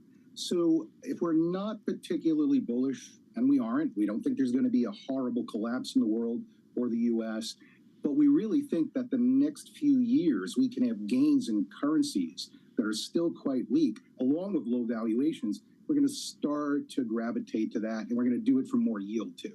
Wait, but this is actually a really good question, and John raised this yesterday, which is, if we do see some sort of downturn globally, does this mean that the dollar is not going to rally the way that it has traditionally? Probably not. And I'd say the question about the downturn in the world, we're less convinced of that. Some of the things that happened, I think a big part of this has already come and gone, is when you think about the shock from the war between Ukraine and Russia, the hit that occurred, the terrible terms of trade shock for many energy importing regions, Eurozone, UK, Japan, you saw currencies crushed last year, all-time nominal lows. And as they've gotten through that, a good piece of their weakest economic growth was experienced last year already. And that's leading to some upward revisions. China, not everybody is confident that it's going to come roaring back, but it's a lot better when it's not shut down. So the rest of the world is producing some subpar growth. It's the U.S. that has had all of this strength, a 3.5% unemployment rate. And I would tell you, again, the effects of past stimulus are only waning. I think people who believe that there's this really, really short policy lag and we know everything about what's going to happen from all that tightening in the last year, it hasn't been felt in the economy yet. So this is the reason why, again, the U.S. is settling down while the world is holding up a bit. Hi, Steve. Wonderful to get your perspective. Thank you, sir. Steve Whiting there of Citi Global Wealth Management. If you are just tuning in, welcome to the program. Two names to focus on for the regionals, the banks. PacWest is positive by a little more than 12%. Western Alliance is up by a little more than 12% also. These banks have been hammered this week. Through Thursday, the KBW Regional Bank Index is down more than 12%. Some phenomenal research, really interesting quotes out there too from the South Side. Tom, this from Cowen. Yes. We believe the banks are having their GameStop-like moment where social media is amplifying non-traditional approaches to assessing solvency.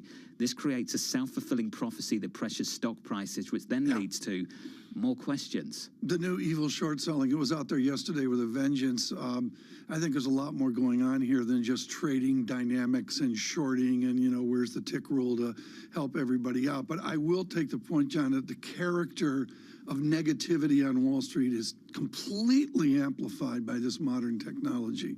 Well, did you just see the Brahma move there? The air moved in the studio here, folks. Listen, in our it's almost the cavernous weekend. studio, the We're air trying moved. to get to the weekend.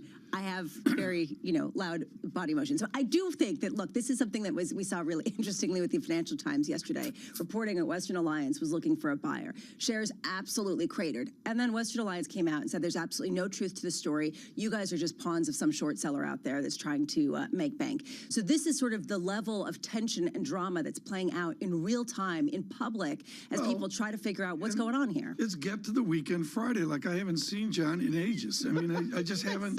I haven't. It's very distracting, isn't it? It is. What's great about guys don't. I'll sit here totally. You don't see this out there. The Bramble Cam is not 10 feet, but it's about 8.5 feet off the ground over here, and we can show that. It's very distracting. It is. Pre and Mitra of TD so sorry. in the next hour on Bloomberg Surveillance. Looking forward to that. With equity futures on the S&P 500 positive 0.5%.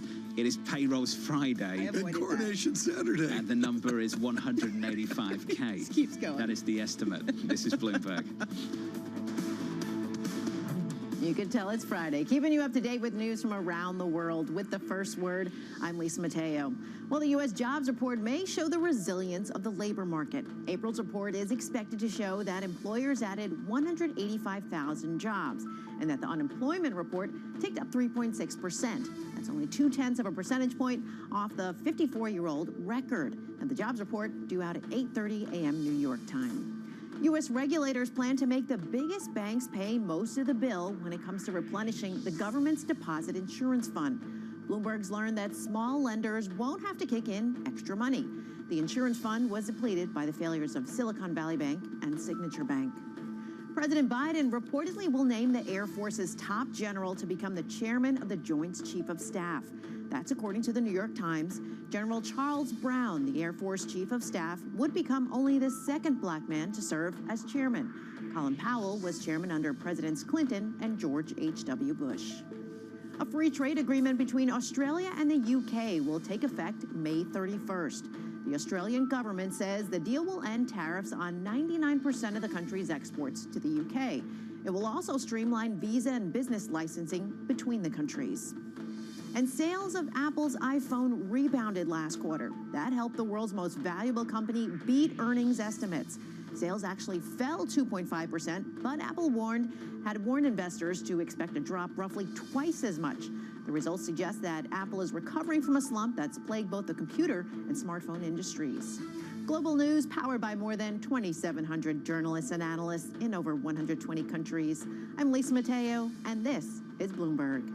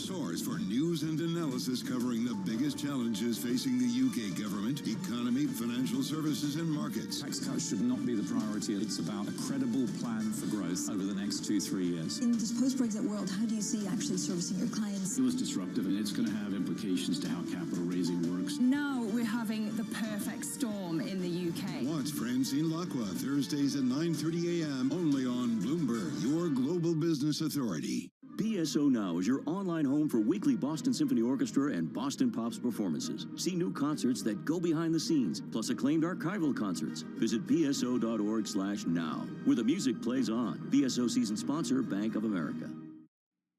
All eyes turn to the U.S. job market. There are already some signs the labor market is going to weaken. We've just started to see recently claims just tick a little bit higher. Today, Tom, Jonathan, Lisa, and Mike will bring you crucial data and expert analysis at terminal speed. This is a really, really good report for minorities. Can we get a painless disinflation? This is a chairman that wants a 4.x% unemployment rate.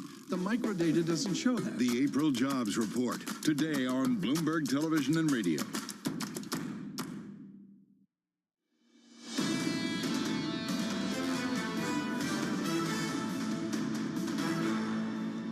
We need to change the limit on deposit insurance. The situation we have right now is we have effectively unlimited deposit insurance.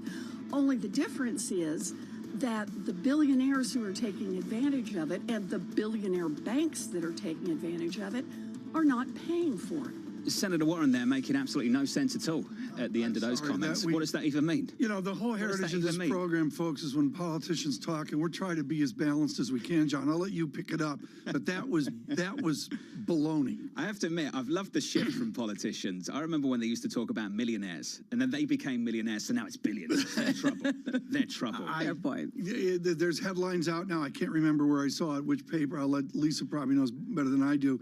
The banks are, with a vengeance, going to pay for the new deposit insurance Without a fees. doubt, 1 and 2. Yeah. Let's explore the point she's making on unlimited deposit insurance. Take away the limit. Let's explore that a little bit more. So if you go to PacWest Western Alliance will tell you that insured deposits represent over 74% of total deposits. You go to PacWest and they'll tell you that that number is something like 75%. You compare that to SVB, where uninsured deposits were more than 90% of the deposit profile at SVB. So these two names, I think, Lisa, you'd be hard pushed to reason that these two names are in trouble because of that, and whether that changing the FDIC rule around this would actually do anything for them. Well, and let's be really honest, the billionaires that she's talking about are the big banks that they're going to put on the hook to pay for all of this, and those are the ones that absolutely had no problems whatsoever and actually had deposits come into their bank. So there's a question now at a time of who is she going after, given that a lot of the proposals aim to skirt some of the smaller banks in order to ask the biggest banks to pay for it. It seems like Monday was 2 years ago, but I believe I tweeted out on Monday about the fifth Bank of the United States, and ultimately that is what liberals and conservatives are arguing about, is the scope and scale, John, of this banking system. Should we talk to somebody who's an expert? Please do, yeah, that'd Let's be great. do that. On the second Bank of the United States and the fifth Bank of the United States, Chris Marinak is an expert. He's director of research. Jenny Montgomery Scott, and has really been excellent for us. My theme on this Friday, Chris Marinak, is let's get to the weekend Friday. The banks have to get to the weekend. What should we see into Friday afternoon and this weekend from troubled banks with new book value valuations that are shocking? Well, Tom, I think the reality is most of these banks just have security losses that are unrealized, and those are getting better as Treasury rates fall. I think you could see some action from the Fed or Treasury to reinstitute the TAG program from 2008 that was guaranteeing transaction accounts. That would be very helpful. I think most of these companies have much more stable deposit flows than anyone realizes. And that's been the challenge all week, is that we've had this temper tantrum against the Fed and using bank stocks as a weapon against the Fed to try to get the Fed to change. Hey, Chris, well said. When you listen to some of the numbers coming out of the banks, they're telling you the deposits are stable. So when you hear people like Senator Warren say that we need changes to the limits for deposit insurance, does that actually change this story this week? Not really. I mean, I think it's good that she's supporting the changes in the limits, but I think the rest of the rhetoric is incorrect. What do you think is going to be the circuit breaker, Chris, to really prevent this temper tantrum from rearing its head again as we talk about the otherwise resilient economy? Well, changing the short sale rule would help. I think also instituting, to some extent, going back to the TAG program would be helpful. I'd like to see the Fed change the stress test program to accelerate the timing. The stress test results were already filed in April, and the Fed has an army of folks that they could stick out to put this out next week. It would be very useful to know that most of the banks, if not all the banks, have passed the stress test. The reality is, if you look at the next 18 to 24 months of cash flow that the banks have, it covers 500 to 600 points of loan losses, which is just as much as we had in the great financial crisis. I don't think those credit issues exist today, despite all of the worries on commercial real estate. If most banks really looked at their loan portfolio, did a loss given default analysis, you'll find that the credit marks and the credit losses are very moderate in the industry. I think we should recognize those and what they are, and the ability for banks to absorb those losses with existing earnings and capital. And then we can reinstitute confidence back in the sector.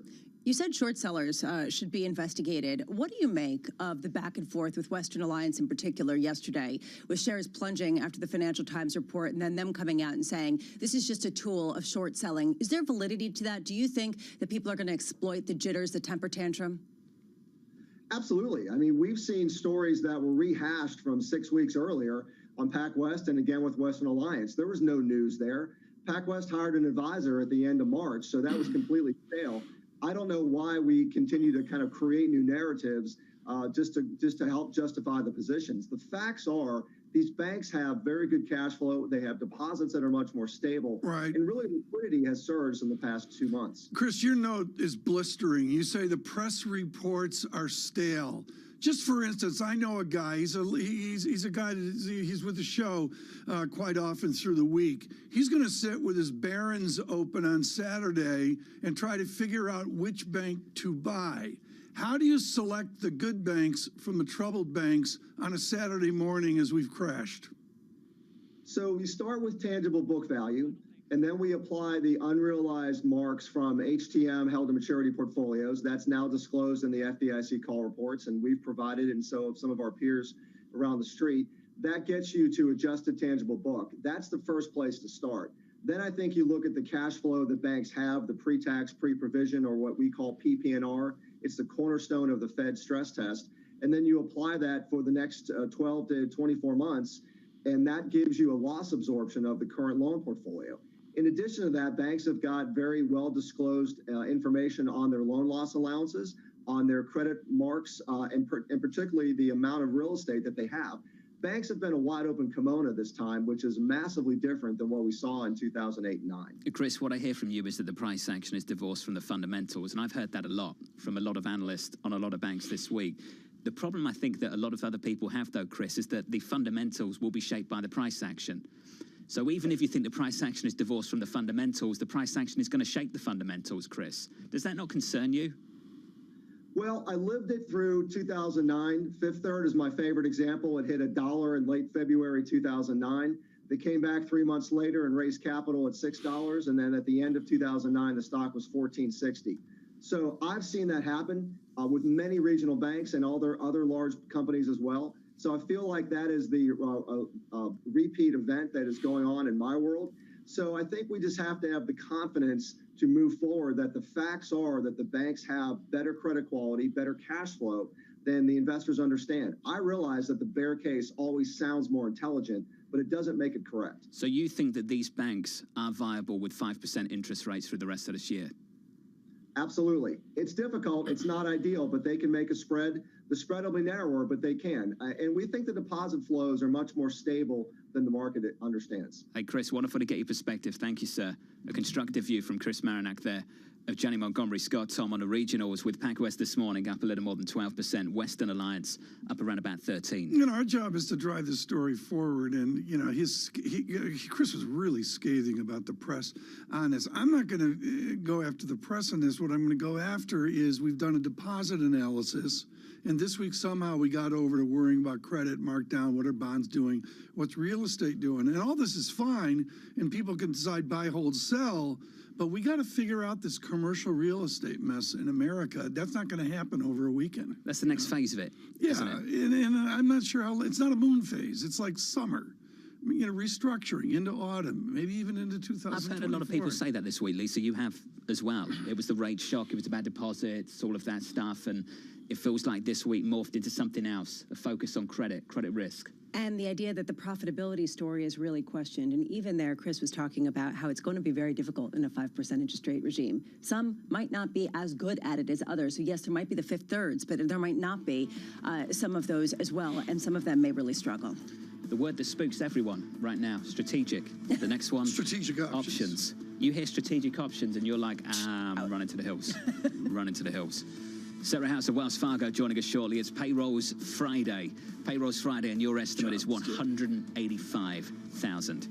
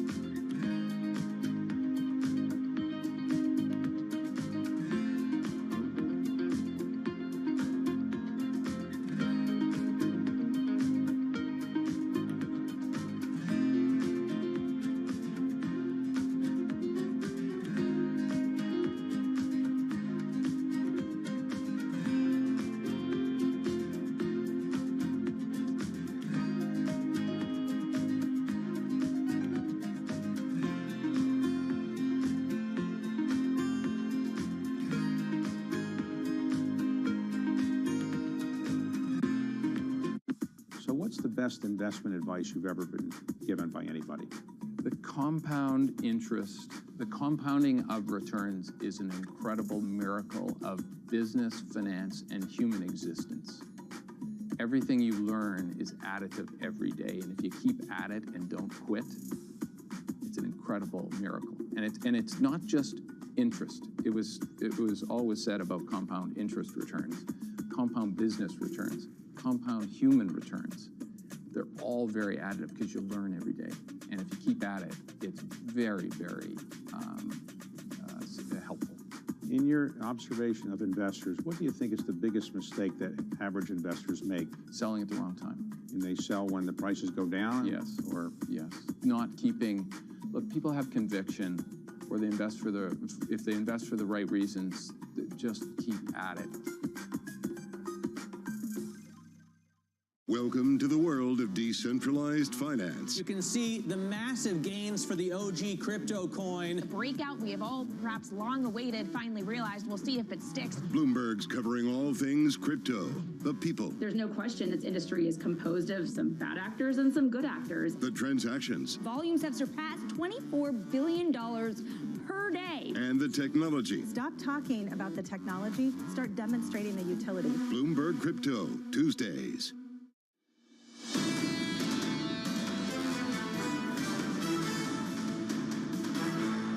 2 hours away from the payrolls report is the price action for you on the S&P 500, shaping up as follows. Keep it together, Bramo. You're going to blame me for that one? No. We're positive 0.6% on the NASDAQ. We're also positive 0.6%. 4-day losing streak on the S&P 500 coming into Friday. Longest losing streak since February, and potentially the worst week since SVB failed back in early March on the S&P. Let's see if we can do something about that a little bit later. In the bond market, the 2-year, what a range so far this week. The high 416 intraday, the low 365. The 2-year right now, 382.70. We are up by 3 basis points, Tom, on a 2-year this morning. Yeah, I looked at the data today. I really don't know what to make about it. You mentioned, SPX down 4%. I'm looking at the 12-month trailing, and Dow fractionally green, but everything else is slightly negative. And I just don't know what sticks out here, except, John, what you mentioned earlier in the week is the bond volatility just won't go away with the 382 2-year yield. I mean, I believe we had a 379 at one point yesterday. It's sticking. I don't do the FX check anymore. Bramo does that. So let's get the euro up on the screen. 110. 110. 110. Yeah, 110. It's still 110. How did Lagarde do yesterday, John? You watched Lagarde more than I do. How did Lagarde do? This is not a pause. They are one and certainly not done, is the takeaway from the ECB. Big pushback. The we are not headlines the Federal were Reserve. better. We are not the Federal Reserve. Yeah, Seems to be the message from President